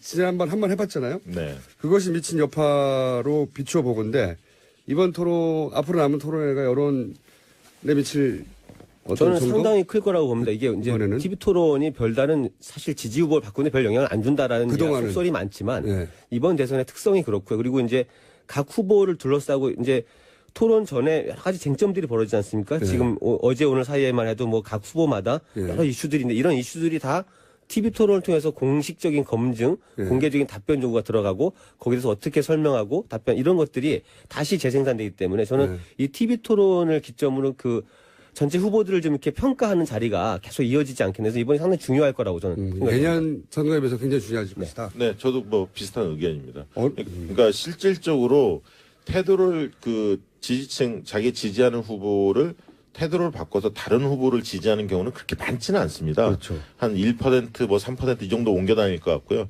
문제는 소극적 지지층이 흔들립니다. 그러니까 내가 누구를 뭐 문재인을 지지한다, 안철수를 지지한다 이런 분들이 계시잖아요. 그런데 문재인만 안철수만 오로지 지지하는 게 아니라 51대 49로 아니면 60대 40으로 나는 문재인이 더 좋지만 안철수도 고민해. 나 안철수도 좋지만 문재인도 괜찮은 사람이야. 그런 사람이 이렇게 있는데. 생각하는 사람들일수록 흔들릴 소지가 충분히 있는 거죠. 이게 그래서 그런 층들이 이게 TV 토론 한 두세 번 더 보고 나서 누가 대통령감이지, 누가 준비된 사람이지, 누가 국정 운영을 잘할 사람이지 이런 판단 속에서 옮겨갈 수 있다고 저는 보거든요. 특히 보수 부동층의 향배가 굉장히 중요하죠. TV 시청률이 높고 그다음에 결국 보수로 다시 올 것이냐 아니면 뭐 보수의 대안으로 안철수를 비롯해서 이 고민 사이가 아마 TV 톤에 상당히 중요한 영향을 줄 거라고 저는 보는데. 그렇군요. 그러니까 안철수 후보가 어떻게 하느냐가 전체 판세에 굉장히 중요해질 수 있네요. 이 토론에서. 그렇죠. 네, 그렇다고 보여집니다. 안철수 후보가 만약에 자기 지지층을 지켜내면 이 추세로 가는 것이고 안철수 후보가 자기 지지층을 못 지켜내면 판도 전체가 흔들릴 수도 있다. 예, 그럴 수도 있고 지금 자유한국당의 분위기를 보면 어쨌든 그 당사를 담보로 해서 대출을 뭐 300억, 250억 받았다고 하잖아요. 15%는 넘겨야 돼요. 예, 그러니까 굉장히 뭐 절박한 거죠. 사활을 걸었는데. 예, 그래서 홍준표 후보를 좋아서 찍는 사람도 있겠지만 자유한국당을 지키자, 보수정당을 지켜야 한다 이런 것들이 영남권에서 바람이 어느 정도 형성될 가능성도 있습니다. 형성되길 원하겠죠. 자유한국당에서는. 그 관건은 안철수 후보의 지지가 버텨준다면 그 힘이 약해질 거고요. 안철수 후보의 지지가 좀 빠지기 시작한다면 그런 흐름이 훨씬 더 강해질 수 있다는 거죠. 안철수 후보가 굉장히 중요한 키맨이 됐습니다. 이번 대선판에. 대선 판도를 확 흔들 수도 있는 이미 흔들었죠. 한 번 흔들었고 그렇죠. 남은 3주 기간 동안은 홍준표 후보가 얼마나 잘하냐. 그 이상으로 안철수 후보가 자기 지표를 얼마나 지켜내느냐. 혹은 더 얻어내느냐, 여기에 따라서 판도가 왔다 갔다 할 수 있고, 아니면 그냥 이 추세로 그냥 갈 공산이 높고, 그런 건가요?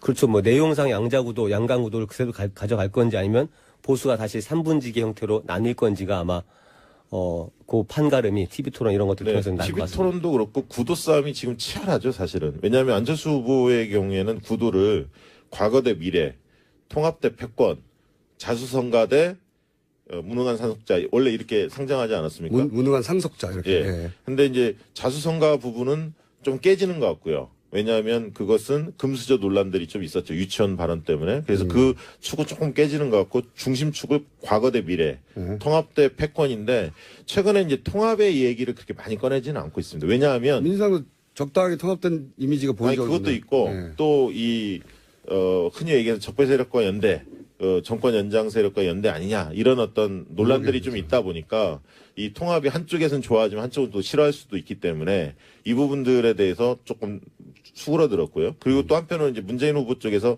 박영선 뭐 이런 의원들이 참여하면서 당내 통합이 좀 어느 정도 이루어지다 보니까 패권성이 좀 약화된 느낌이 들지 않습니까? 거기 갈 포인트가 좀 사라진 거군요. 네, 사라졌죠. 그래서 이제 과거 대 미래 이 부분들을 크게 좀 가져가는 것 같습니다. 그래서 그게 얼마나 설득력 얻느냐 이런 문제인데 문재인 후보의 경우에도 최근에 보면 내 삶을 바꾸는 정권교체라는 그 타이틀로 정책 발표를 계속 하고 있지 않습니까?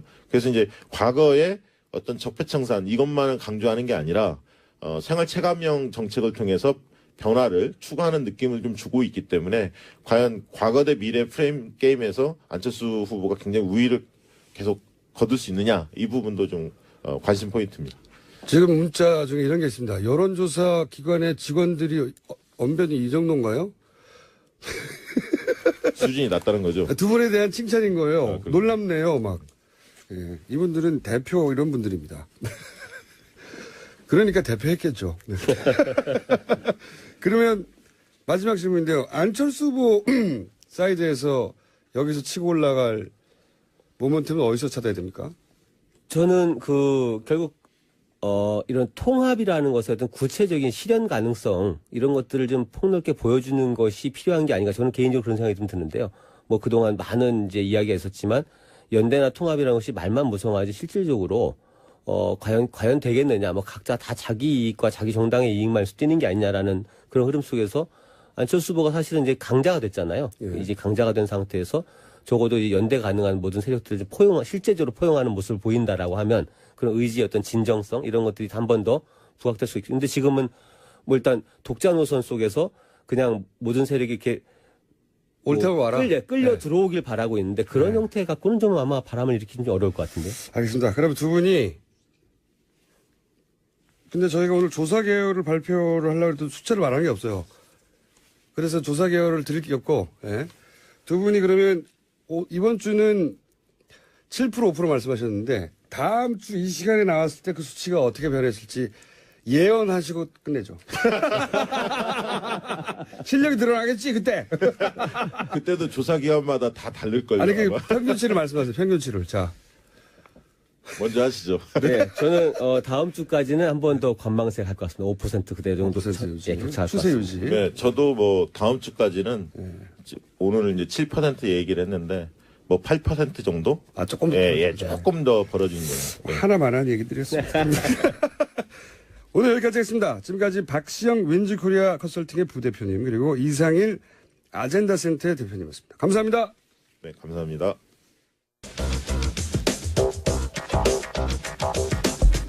네, 이미 들어와 앉아있는 원정우 씨, 과학하고 앉아있네. 안녕하십니까. 네, 아까 전에 소개받은 원정우입니다.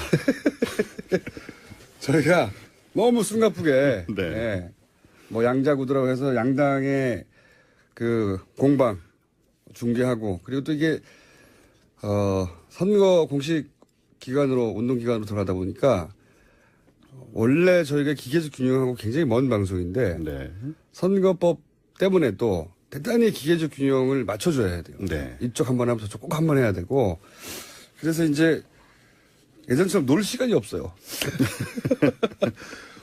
인터뷰를 해도 워낙 예민한 시기이기 때문에 제가 이제 인터뷰를 하면 장난스럽게도 많이 하는데 그렇게 네. 쉽지 않고. 그래서 그러면 코너로 우리의 이 긴장된 상태를 좀 풀어보자 해서 과학하고 앉아있네. 네. 오셨는데. 오늘은 뭘로 해볼까요? 그렇게 말씀드리니까 마치 잘렸다가 특별히 나온 것 같아요, 지금요. 긴장을 풀기 위해서. 그런 거는 이게 이제 통보받지 못했는데 사실상 잘린 거거든요. 아, 그런 거군요. 본인은 통보받지 못한 채 단기간 사실상 잘린. 아, 단기간. 그렇죠. 임시로 잘렸군요. 대선 기간 중에는 이분한테 연락하지 마라. 뭐 이런. 예, 뭐, 알겠습니다. 특별히 할 게 없을 때 불러라. 뭐 이런 거죠. 아, 네. 피디님, 자, 한번 째려보고요. 예. 자, 주제가 뭡니까? 네. 이제 각 당 대선 후보들 확정되고, 우리가 올바른 선택을 위해서 기준들이 많이 등장하지 각 않습니까? 당 후보의 과학 정책 검증? 아닙니다. 그런 거 아닙니까? 예, 그런 건 이제 딴 분들이 또 하고 계시고요. 네. 그래서 저희 코너에서는 우리 국민들이 특히 궁금해하시는 부분, 이제 각 후보의 혈액형과 관상에 따른 성격, 운, 그리고 이 후보들이 과연 대통령감인지 대권의 천운을 타고난 인물인지 그런 것들을 한번 알아보는. 혈액형과 관상. 네. 이거 대선 얘기 나오면 꼭 나와요, 이거. 꼭 나옵니다. 예. 역술인들 나와가지고 관상, 대통령 될 관상이다 아니다 막 얘기하고. 그리고 관심이 많아요, 실제로. 그리고 국민들이. 혈액형이 뭐냐 막 따지고. 그러니까 말입니다. 맞습니다. 그래서 이런 것들을 이제 좀 하지 말자는 이야기를 드리려고. 하지 말자. 네. 재밌는데. 네, 하면 안 돼요. 저희 과학계에서 매장됩니다. 근데 왜 하지 말아야 하는지를 그럼 과학적으로 설명해 주세요. 그렇습니다. 네. 일단 혈액형 비과학적이라는 얘기 많이들 들으셨을 텐데요. 근데 이제 저도 이 얘기를 벌써 10여 년 전부터 하고 있는데 네. 혈액형으로 성격 유형을 분류하는 국민 스포츠에 가까운 우리나라에서 요런 건 일본하고 우리나라만 한다는 거. 일본하고 우리나라만. 전 세계 다른 나라 어디도 하지 않아요. 대부분의 모르셨죠? 사람들은 자기 혈액형도 모릅니다. 그런 사람들은. 병원 갈 때 알아요. 네. 병원 가서 확인하면 아는데 일단 혈액형이 뭔지부터 살짝 정리를 해보겠습니다. 네. 우리 보통 혈액형 하면 뭐 A, B, O, 네. AB형 이렇게 네 가지가 있다고 네. 생각을 하는데 이게 적혈구 표면에 당 단백질이라고 있어요. 예. 요거 하나 차이를 두고 구분을 하는 겁니다. 예. 그래서 사실은 굉장히 세분화돼요. 그래서 수십 A. 가지가 넘고요. 이 속에서도. 실제로 AB만 네네. 있는 게 아니라 저 안에서 이제 또 세분화되는 거죠. AB, O, RH 플러스 마이너스 이 정도 부분을 넘었습니까? 훨씬 넘어섭니다. 예를 들어서요. RH형으로 구분하는 경우도 있고, 그러니까 일단 기본적으로 구분하는 종류가 수십 가지가 넘고요. 그 중에서 ABO, AB 이거는 이제 그 특정한 적혈구의 단백질만 가지고 구분한 하나의 구분 방식이다. 구분 방식이 그러할 뿐 네. 기준에 따라서 구분할 카테고리는 굉장히 많다. 그렇죠. 수십 가지가 될 수도 있다. 네. 아하. 이 속에서도 또 뭐 자잘하게 나눠서 그러니까 이게 우선 여기서부터 비과학적이네요. 왜냐하면 혈액형을 분류하는 기준이 A, B, O 이렇게만 있는 줄 아는데 만약 이게 기준을 30개를 내놨어.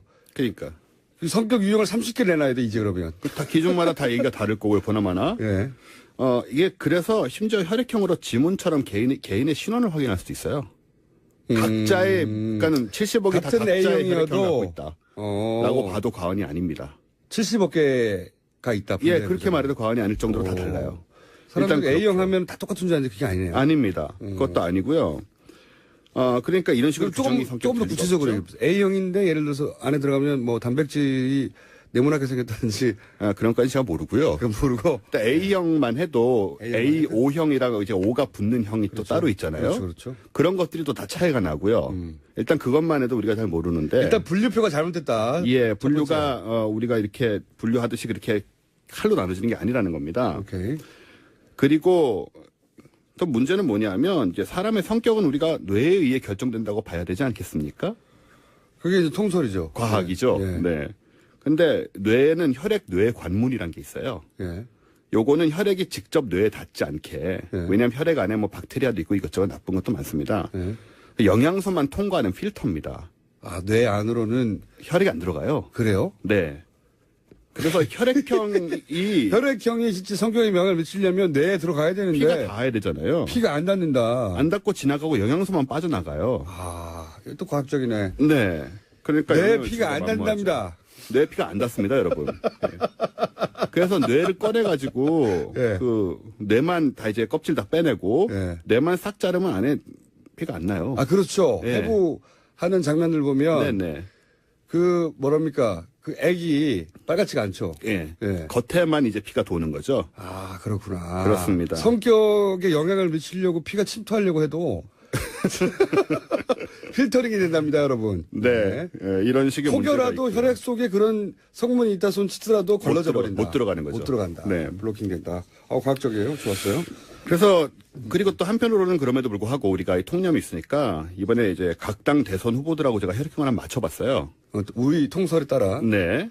그 전에 잠깐 왜 일본하고 우리나라만 있느냐 이 기원이 있어요. 이게 제가 알기로는 일본의 한 우생학자가 네. 20세기 초반에 이런 이론을 내놨어요. 근데 묻혔다가 요약해서 말씀드리면 60년대 정도에 우리나라 썬데이 서울 같은 일본의 주간 겐타이, 주간 현대 잡지가 있어요. 그 잡지에서 이걸 재미로 요거를 끌어다 붙여가지고 시작을 했어요. 그 전에 책이 한 번 있었고 뭐 요약하면 그러니까 일본판 썬데이 서울이 시작한 겁니다 이게. 근데 이게 인기가 있으니까 그거를 우리나라 썬데이 서울이 들여와가지고 우리나라에서도 이걸 성격 유형별 그 스토리를 막 뿌리기 시작했죠. 네. 재밌잖아요. 지금까지 살아남아 있는 겁니다. 썬데이 서울에서 시작했다는 거. 자. 말씀하신 일본 분이 노미 마사히코라는 분인데 네. 이분이 제가 별걸 다 과학자가 알아요. 아니고 예. 작가예요. 작가이기도 하고. 방송 작가. 예. 방송 작가분이 이제 연구를 한다고 대충 해가지고 내놓은 것이 정설이 되고 지금은 이제 아드님이 또 이어받아서 계속 이걸로 이제 연명하고 계신데요. 아니 저 기원을 거슬러 올라가면 일본 우생학자가 있는데 그거를 60년대에 살려낸 사람이 말씀하신 노미 마사히코. 예, 작가, 네. 방송 작가인데 여기에 피 속에 우리 성격에 근원이 있지 않을까? 하고 상상력을 발휘해서 만들었는데 그럴듯했던 거예요. 재밌고. 그렇죠.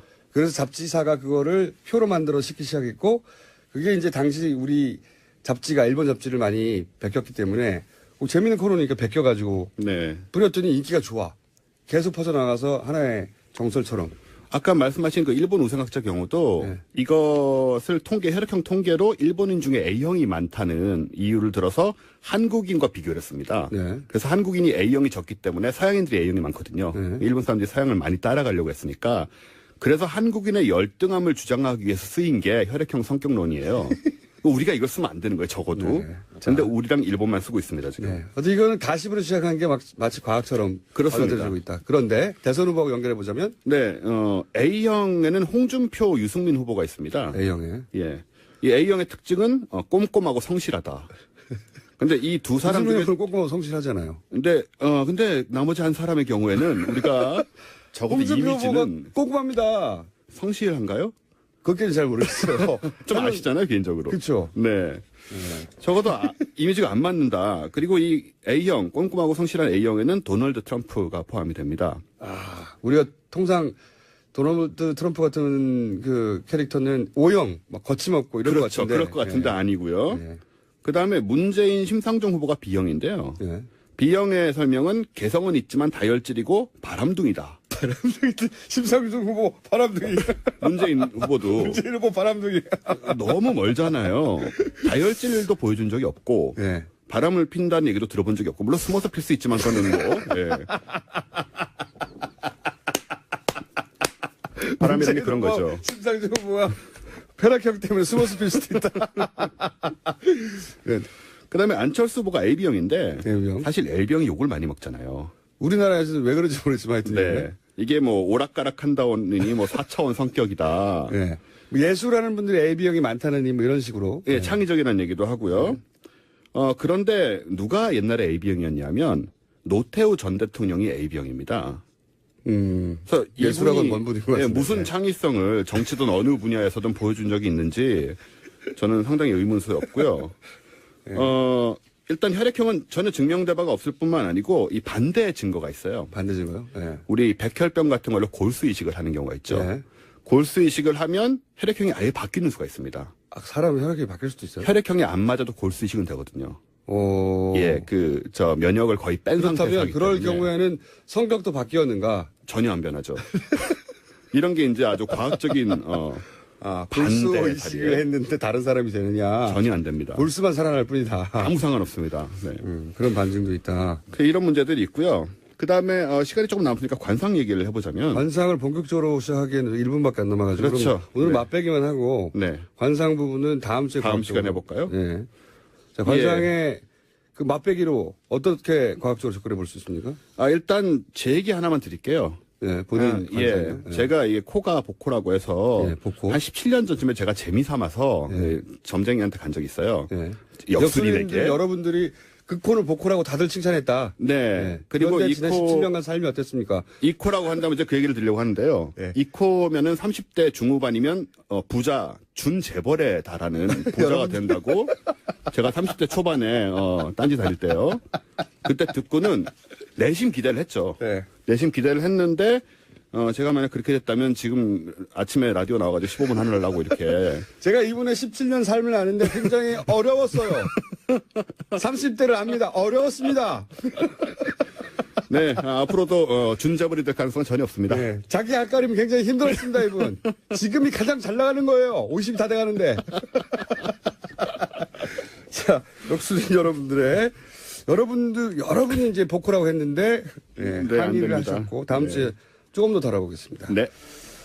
지금까지 원종호 씨였습니다. 감사합니다. 감사합니다. 저는 김어준이었습니다.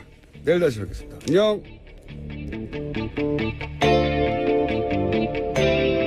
문모닝이라는 말이 있죠. 안철수 후보가 되어야 합니다보다는 문재인이 되지 말아야 합니다를 더 많이 말하다 보니까 이런 실수가 나온 게 아닌가. 근데 또 현장에서 역시 정치인은 정치인이에요. 노련한. 바로 지적을 하자 일부러 한번 해봤습니다. 굉장히 자연스럽게 그렇게 말을 합니다. 광주 시민들이 딱 발광하게 되지 않았습니까? 이런 식으로 넘어갔단 말이죠. 웬만해서는 당황해가지고 다음 말 할 말이 없잖아요. 근데 일부러 그랬다고. 예, 그런데 또 자유한국당은 이걸 놓치지 않았는데요. 정준길 대변인이 관련해서 논평 냈습니다. 박지원 대표 속마음은 문재인 후보가 당선되면 본가인 민주당으로 다시 들어가려고 하는데 이게 부지불식간에 튀어나왔다. 이렇게 말을 얹은 거죠. 이번 대선은 참 재밌어요. 상대방이 하나가 있는 게 아니기 때문에 다양한 전선이 있습니다. 1타 쌍피 기술을 구현했네요. 정준길 대변인이. 그런 해피닝이 있었고요. 3번. 예, 3번 받아냈습니다. 예. 4번 유승민 후보하고 5번 심상정 후보는 이런 구설수나 없었습니까? 예, 어제 딱히 보이지 않아서요. 찾지를 못했습니다. 이분들이 너무 네거티브를 안 하시네. 어제 나왔던 노회찬 의원이 그런 말을 했어요. 심상정 후보에 대해서 제발 네거티브 좀 해달라고. 예, 제보를 해주시기 바랍니다. 두 후보에 관해서 저희가 구설이나 해프닝을 찾아봤는데 없어서 전해드리지 못했습니다. 자, 뉴스는요? 다음 뉴스는요? 네, 그리고 어제 정책 홍보 사이트 하나가 굉장히 화제가 됐었는데 문재인 1번가입니다. 인터넷 쇼핑몰 구성을 차용해서 개설한 홍보 사이트인데 마치 쇼핑몰 사이트처럼 이 정책을 홍보하게 되는 거죠. 어제는 이제 안철수 후보 포스터가 선거 마케팅의 승리라고 제가 했었는데 이거는 문재인 캠프를 칭찬하지 않을 수가 없네요. 이게 사실 정책 선거 해야 된다고 다들 얘기하지만 세계 어느 나라도 정책으로만 선거 안 하거든요. 사실 학자들이 학술대회 해도 학술만으로 싸우지 않아요. 감정으로 싸우지 중간중간에. 근데 이제 그 재미없는 정책을 하여간 들여다보게 만드는 효과로 여태 이 이상의 툴이 있었나. 제가 보기엔 다른 나라에서도 벤치마킹 할 정도의 굉장히 재밌는 발상이다. 물론 그렇다고 공약이 저절로 좋아지진 않죠. 예, 홍보를 이렇게 하는 건데요. 근데 이제 자기 후보 공약을 알리는 툴로는 여태 이상이 없었던 것 같습니다. 네. 어제는 문재인 후보 캠프 정책 마케팅의 승리네요. 네. 이 화제가 됐었고, 자 다음 뉴스는요. 네, 오늘 KBS 주간 TV토론 열립니다. 밤 10시부터 12시까지 KBS 1TV를 통해서 120분 동안 생방송으로 진행되는데 이번에는 특히 스탠딩 토론 방식 도입했습니다. 잠시 후보들이 앉아있을 보조의자가 있긴 하지만 30초 인사말 하고 나면 사실상 난상 토론이 이루어집니다. 못 앉죠. 누가 한 사람 앉아봐요. 체력이 저질이라고 공격당할 텐데 그 다음에 그렇게 프레임이 짜져버렸으니까 체력 때문에 안 하려고 하는 거 아니냐고. 사실 중요하지 않은 포인트고 얼마든지 앉아있을 수 있는데 못 앉겠죠 아무도. 아마.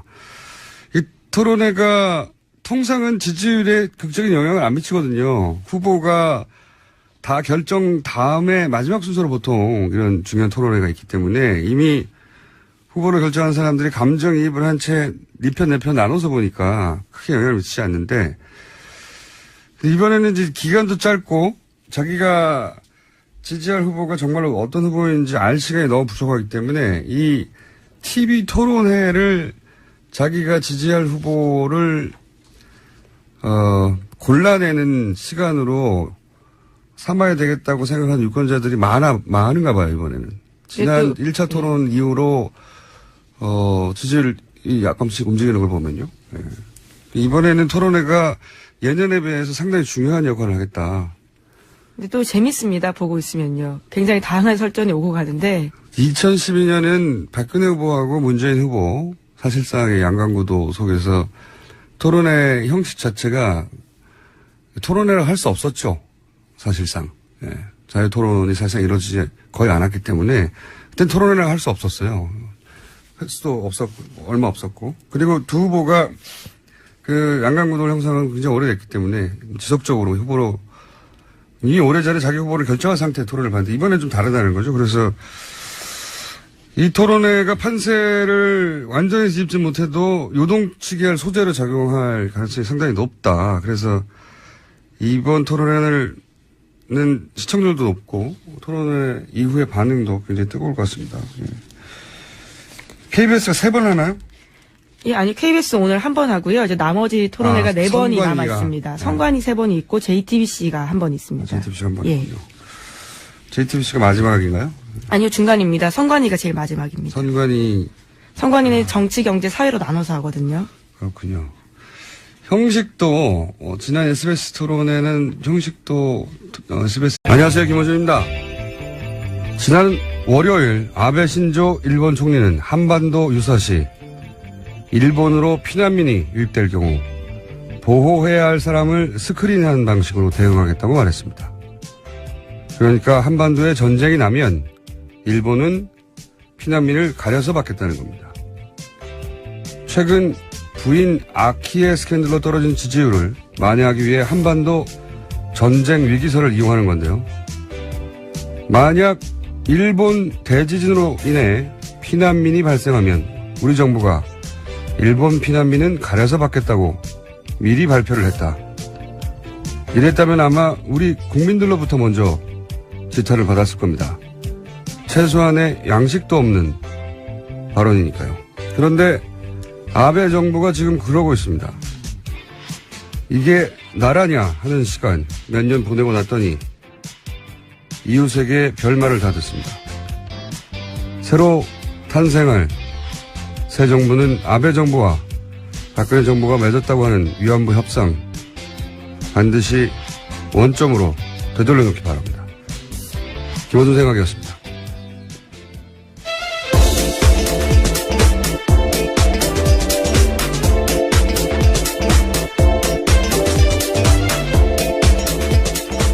시사인의 김은지입니다. 김은지 기자는 축구 좋아해요? 아니요.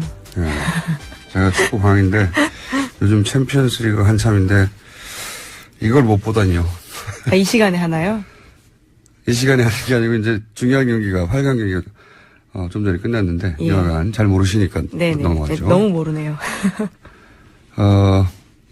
저희가 뉴스공장 처음 시작할 때 이렇게까지 중요한 시사 뉴스들이 매일매일 쏟아지지 않았기 때문에 축구 얘기만 맨날 했거든요. 그 축구 얘기를 다시 하고 싶습니다. 자, 첫 뉴스는요? 네, 각 후보들 유세 현장 먼저 전해드리겠습니다.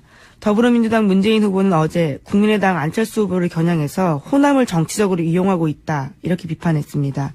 광주 유세에서 호남을 위해서 뭐 하나 한 일 없으면서 호남을 정치적으로 이용하는 사람이 과연 누구냐, 이렇게 물어보자 유세장으로 몰려든 시민들이 안철수라고 답하면서 호응한 겁니다. 예, 그러니까 이제 안캠프에서 호남 홀대론 그리고 뭐 안철수 후보가 민주당이 호남을 이용한다. 뭐 여기에 대해서 그 다음날 유세장에서 응답을 한 거죠. 예. 요 대목은 저희가 유세 당시에 문재인 후보 육성으로 잠깐 들어보겠습니다. 박정희 유신 독재와 맞서 싸웠습니다. 그때 다른 후보들은 어디서 무엇을 했습니까? 나주혁신도시 한전 이전, KTX 호남선 노력할 때 다른 후보들은 무슨 일을 했습니까? 호남을 위해서 뭐 하나 한 일이 없으면서 호남을 정치적으로 이용하는 사람이 과연 누구입니까? 자, 1번 후보는 어제 이런 이야기를 했고요. 자, 2번 후보는요?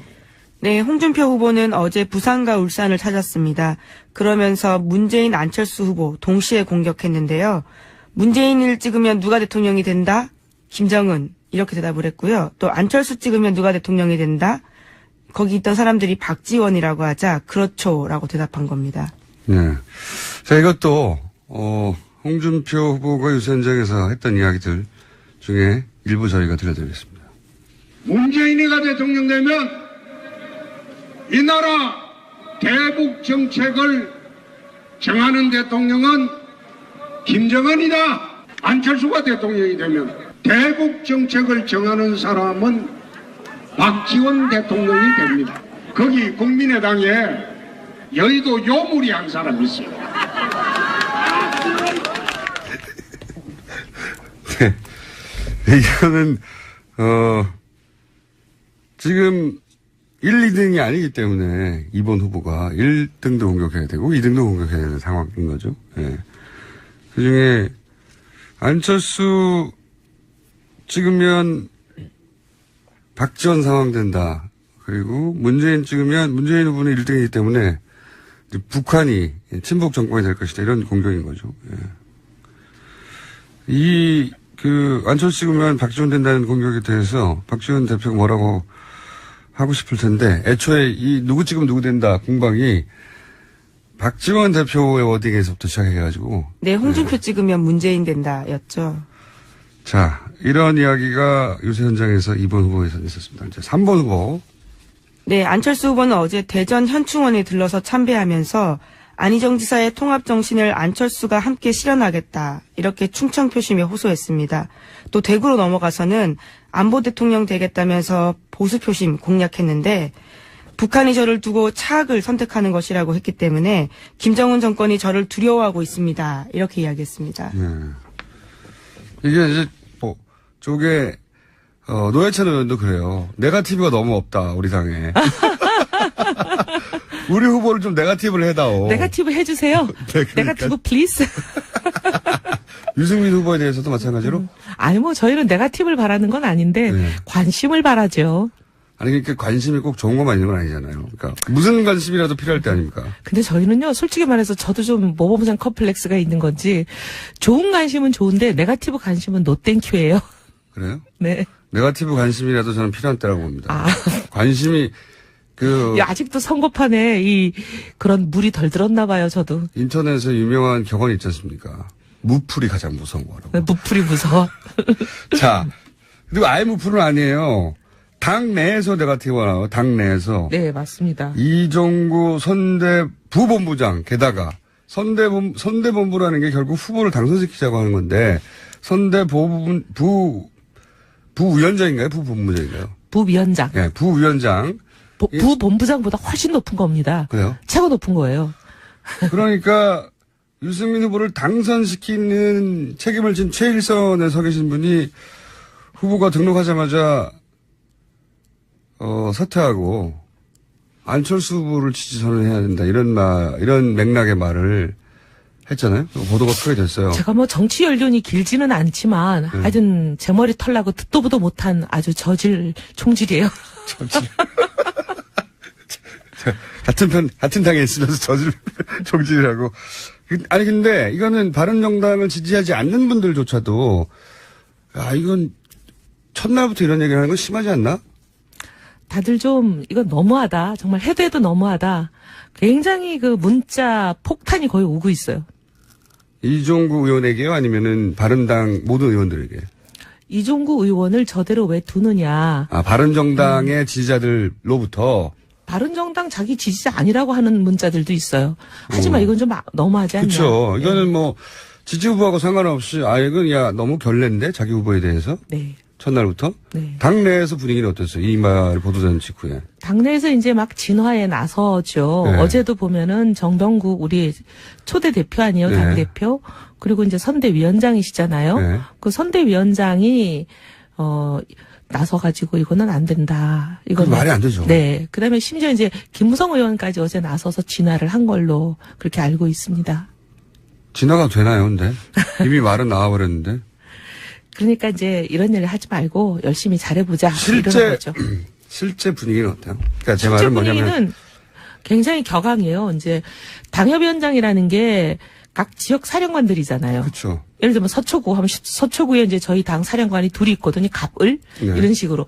그분들이 전국에- 나중에 국회의원이 되는 거죠, 당선되면. 네. 예. 선거에 나가서 당선되면 국회의원 떨어지면 원외위원장. 예. 요런 사람들을 통칭하는 개념이 당협위원장이에요. 예. 거의 한 전국에 253개 정도의 선거구가 있으니까 예. 그 정도 숫자가 있잖아요. 네. 그분들이 이제 단톡방 비슷한 게 있어요. 예. 톡방이. 예. 톡방에 뭐 아주 그냥 난리 났죠. 성토가. 거의 뭐 폭탄 터진 거죠. 뭐 이종구 제명하는데 내가 앞장서겠다 이런 사람들도 나오고. 화날 일이죠. 네. 그러니까 우리 후보가 지지율이 낮은 게 안타깝고 어떻게 끌어올릴까를 고민해야 할 첫날에 관두라는 얘기부터 하는 게 말이 안 되잖아요. 관두라는 것도 기가 찬 일이지만 더 네. 기가 찬 거는 다른 당 후보를 모아서 우리가 모여서 지지 선언하자고 하셨으니 더 기가 차죠. 구체적으로 그렇게까지 얘기했어요? 안철수 후보를 자유당 의원들까지 합해서 100명 정도 지지 선언을 해야 된다. 국민의당에서 신문분 아닌가 이 정도 그러니까 되면은 국회의원 100명이면은 3분의 1이거든요. 그러니까 바른당 더하기 자유당 더하기 그러니까 당 국민의당 차원에서 해가지고. 안 되면 네. 자유한국당의 일부, 바른정당의 일부 100명 모아서 그 100명이 안철수 후보 지지선을 해야 한다라고 발언을 했어요? 라고 했다고 보도에 나오던데요. 제가 그 말을 직접 들은 건 아니지만 뉴스에 그렇게 나와요. 이게 쉽게 할 수 있는 말이 결코 아닌데요. 정말 이런 말은 처음 들어봤어요. 중국하고 한국하고 축구 경기가 열렸는데 갑자기 우리 팀 주장이 나서가지고 야 우리 모두 다 같이 중국 선수가 골 잘 넣게 다 도와주자. 네. 이 얘기 아니에요? 그 정도보다 더 심해요. 예, 그 정말 어이가 우리 없는- 선수들을 다 빼자. 이런 빼자. 그럼 쟤들만 종횡무진하게. 우리 골키퍼를 빼버리고 예. 슛만 때리면 넣게 해주자. 이 정도 되는 거죠. 참 기가 막히는 상황이에요. 근데 징계는 없어요? 내부적으로? 이게 참 기가 막힌 게 저희가 이런 말 하면 좀 외부적으로 그런데 네. 당이 이제 막 생겨가지고 창당을 하려는 와중에 대통령 탄핵이 발표가 됐잖아요. 네. 근데 탄핵이 발표되는 날 우리 당대표가 그냥 사퇴를 해버렸어요.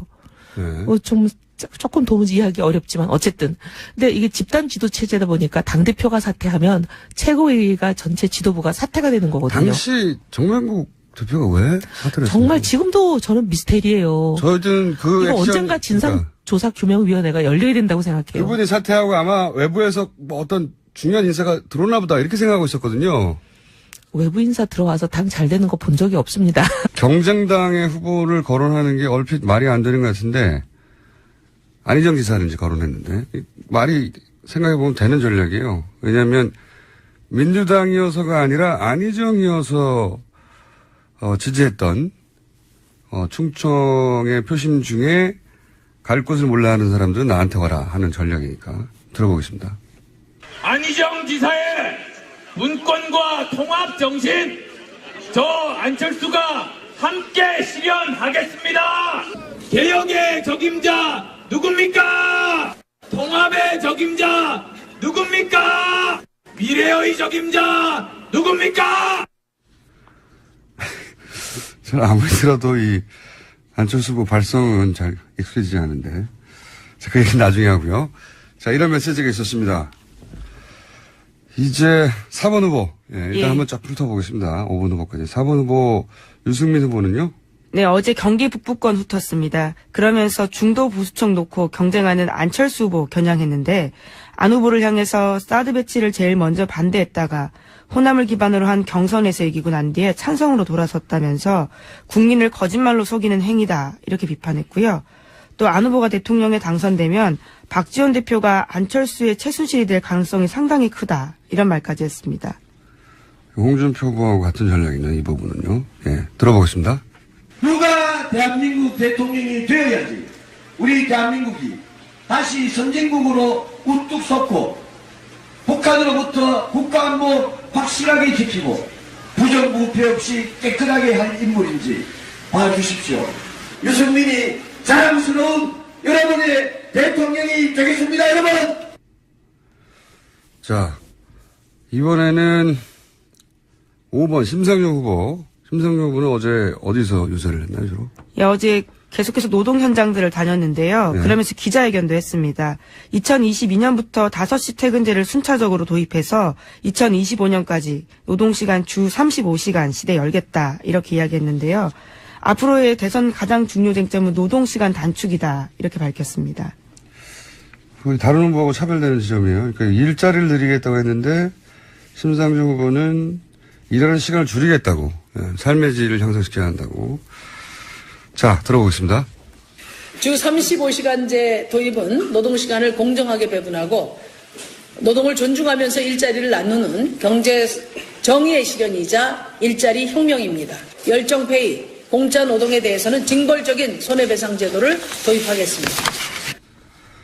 자, 이게 대선이 진행되고 하면 이제 해프닝도 많거든요. 예, 구설에 오르는 것도.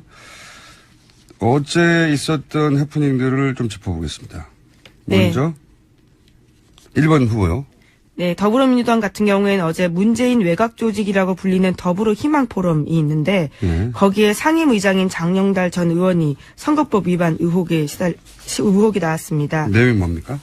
자신이 호남 지인들한테 전화 걸기 운동을 전개하고 악성 루머에 대한 방안을 검토 시행한다. 이런 이야기가 나온 건데요. 회의록입니다. 사전선거 운동에 해당되는 행위를 했다. 예, 그렇죠. 네. 그래서 원래 선대위원장직 가지고 있었는데 그 자리에서 물러났습니다. 그렇군요. 그러니까 외곽 조직이 호남 지인들에게 악성 루머에 대해서 전화 걸기를 해서 좀 해명하라라고 하는 사전선거 운동에 대해 저촉될 수 있는 일을 했기 때문에 상임의장에서 관뒀다. 네. 그런 문제가 어제 1번 캠프에서 있었고요. 캠프는 아니죠. 외곽 조직에서 있었고. 2번 후보 관련해서는요? 네, 어제 홍준표 후보 YTN 모바일 방송 출연해서 설화를 빚었습니다. 집에서 설거지 하느냐 이런 질문 받자 남자가 하는 일이 있고 여자가 하는 일이 있다. 그건 하늘이 정하는 것이다. 이렇게 말했습니다. 이 여성표가 떨어진 소리가 후둑 들리는 멘트인데. 이거 본인이 직접 얘기한 거죠? 그렇죠. 방송 나가서요. 인터뷰에서 한 이야기입니다. 이 논리대로면 설거지는 하늘이 정한 것이다. 이렇게 되는 건데. 네. 뭐 다소 해명을 하긴 했네요. 하우스와이프와 커리어는 별개라고 얘기했지만 이걸로 수습이 될 정도는 아닌 것 같은데. 네. 하우스와이프도 섭섭할 이야기죠. 그렇다고 하더라도. 그러면 커리어 우먼만 설거지해서 면제된다. 그런 의미로 이런 들리니까요. 얘기가 되어버리니까. 예. 자, 그런 또 구설이 있었고요. 3번은요. 네. 국민의당 박지원 대표가 광주 유세 도중에 문재인이 돼야 광주의 가치와 호남의 몫을 가져올 수 있다. 이렇게 말실수를 해서요. 화제가 됐습니다. 이건 굉장히 어제 인터넷에서 화제됐던 내용인데 이 대목만 잠깐 들어보겠습니다. 다시 한번 말씀드립니다. 문재인이 되어야 광주의 가치와 호남의 몫을 가져올 수 있습니다. 네, 이제 그걸 듣던 지지자들이 안철수다 이렇게 정정을 해주자 네, 해명을 하게 됩니다. 이제. 네. 워낙 박지원 대표가 문재인 후보를 아침부터 시작해서 밤늦게까지 해서 잘 잡았어요. KBS도 그 못지않게 대결 구도가 잘 선명하게 드러나도록 짧은 시간 내에 잡혀야 할 텐데 궁금합니다. 자, 다음 순요. 홍석현 전 중앙일보 JTBC 회장이 지난 4월 16일 유튜브에 2분짜리 영상 올렸습니다. JTBC에 대한 청와대의 외압이 있었다라는 폭로인데요. 구체적인 외압이 5, 6번 됐고 그중 대통령으로부터 2번 있었다 이렇게 말했습니다. 이 언론사 사주가 정치권부터 대통령으로부터 압력을 받았다 이런 거 폭로한 건 최초예요, 사실. 그렇죠. 예. 게다가 구체적으로 몇 번이 있었고 2번은 대통령이 직접 했다. 뭐 그럴 것 같다는 추정만 있었지. 당사자의 그렇죠. 언론사 사주 정도 되는 사람이 직접 대통령으로부터 들었다. 이런 건 처음이거든요. 근데 재밌는 거는 굉장히 재밌는 포인트는 이 사실 자체가 아니라 저한테는 홍석현 전 회장이 왜 굳이 이 시점에 이거를 굳이 유튜브로 뜬금없이 올려서 폭로했느냐 하는 점이에요. 그러니까 본인이 그런 권력의 압력으로부터도 언론의 자유를 지킨 사람이다. 이렇게 밝히고 싶은 거란 말이죠. 그렇죠? 예. 실제 손석희 사장이 지금도 그 자리에 있으니까 그 공이 홍석현 전 회장에게 돌아가야 하는 건 맞는 것 같은데 이게 사실이라고 전제한 상황에서. 근데 굳이 그걸 지금 이렇게. 근데 또 유튜브에 올린 것도 이틀이나 지나서야 알려지게 됐습니다. 본인이 직접 찍어서. 이거 네. 참 예외적인 상황이에요. 예, 비슷한 형식의 유튜브가 또 있는데요. 네. 같은 자리에서 통일에 대한 자신의 이야기, 대통합에 대한 자신의 이야기 이런 것도 끊어서 올렸습니다. 그러니까 이게 보통은 이런 건 고발이잖아요. 고발. 네, 그 폭로 고발. 예, 그렇죠. 그러니까 그 권력이 잘못했다라는 고발인데 이 경우는 그게 아니라 내가 그걸 지켜냈다 하는 자랑이란 말이죠. 자랑할 일이 있으면 자랑할 수 있는데 왜 굳이 하필 지금 이 시점에 이런 형식으로 하는가. 이번 대선은 모르겠는데 앞으로 그 본인 계획에 현실 정치 참여가 분명히 있긴 있는 것 같아요. 그렇게 읽히는. 그렇지 않고서 이럴 이유가 없어 보인다. 구체적으로 언제 어떻게 할지 모르겠지만 현실 정치를 분명히 하려는 모양이다라고 저는 읽었습니다. 이 뉴스를. 예. 굉장히 독특한. 자신이 주도권을 쥐고 자기가 하고 싶은 말만 이렇게 딱 할 수 있는 유튜브 형식이어서 인터뷰가 아니라. 이렇게 생각해 보세요. 삼성 계열 언론사라고 할 수 있죠. 예. 물론 뭐 주식이 직접 삼성과 있지는 않으나 그 차명 의혹도 있었고.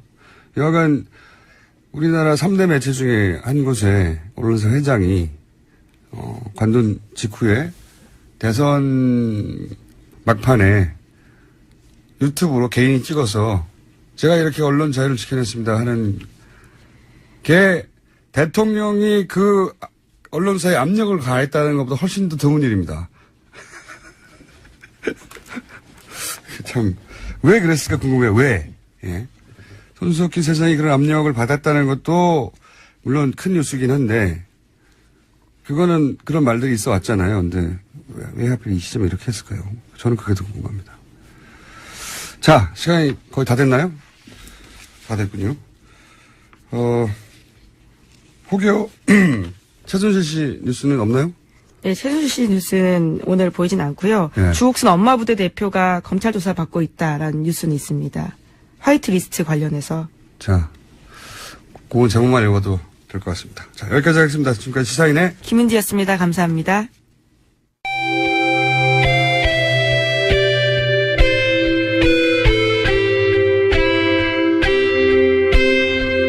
항상 나라를 생각합니다. 이혜훈의 나라 걱정.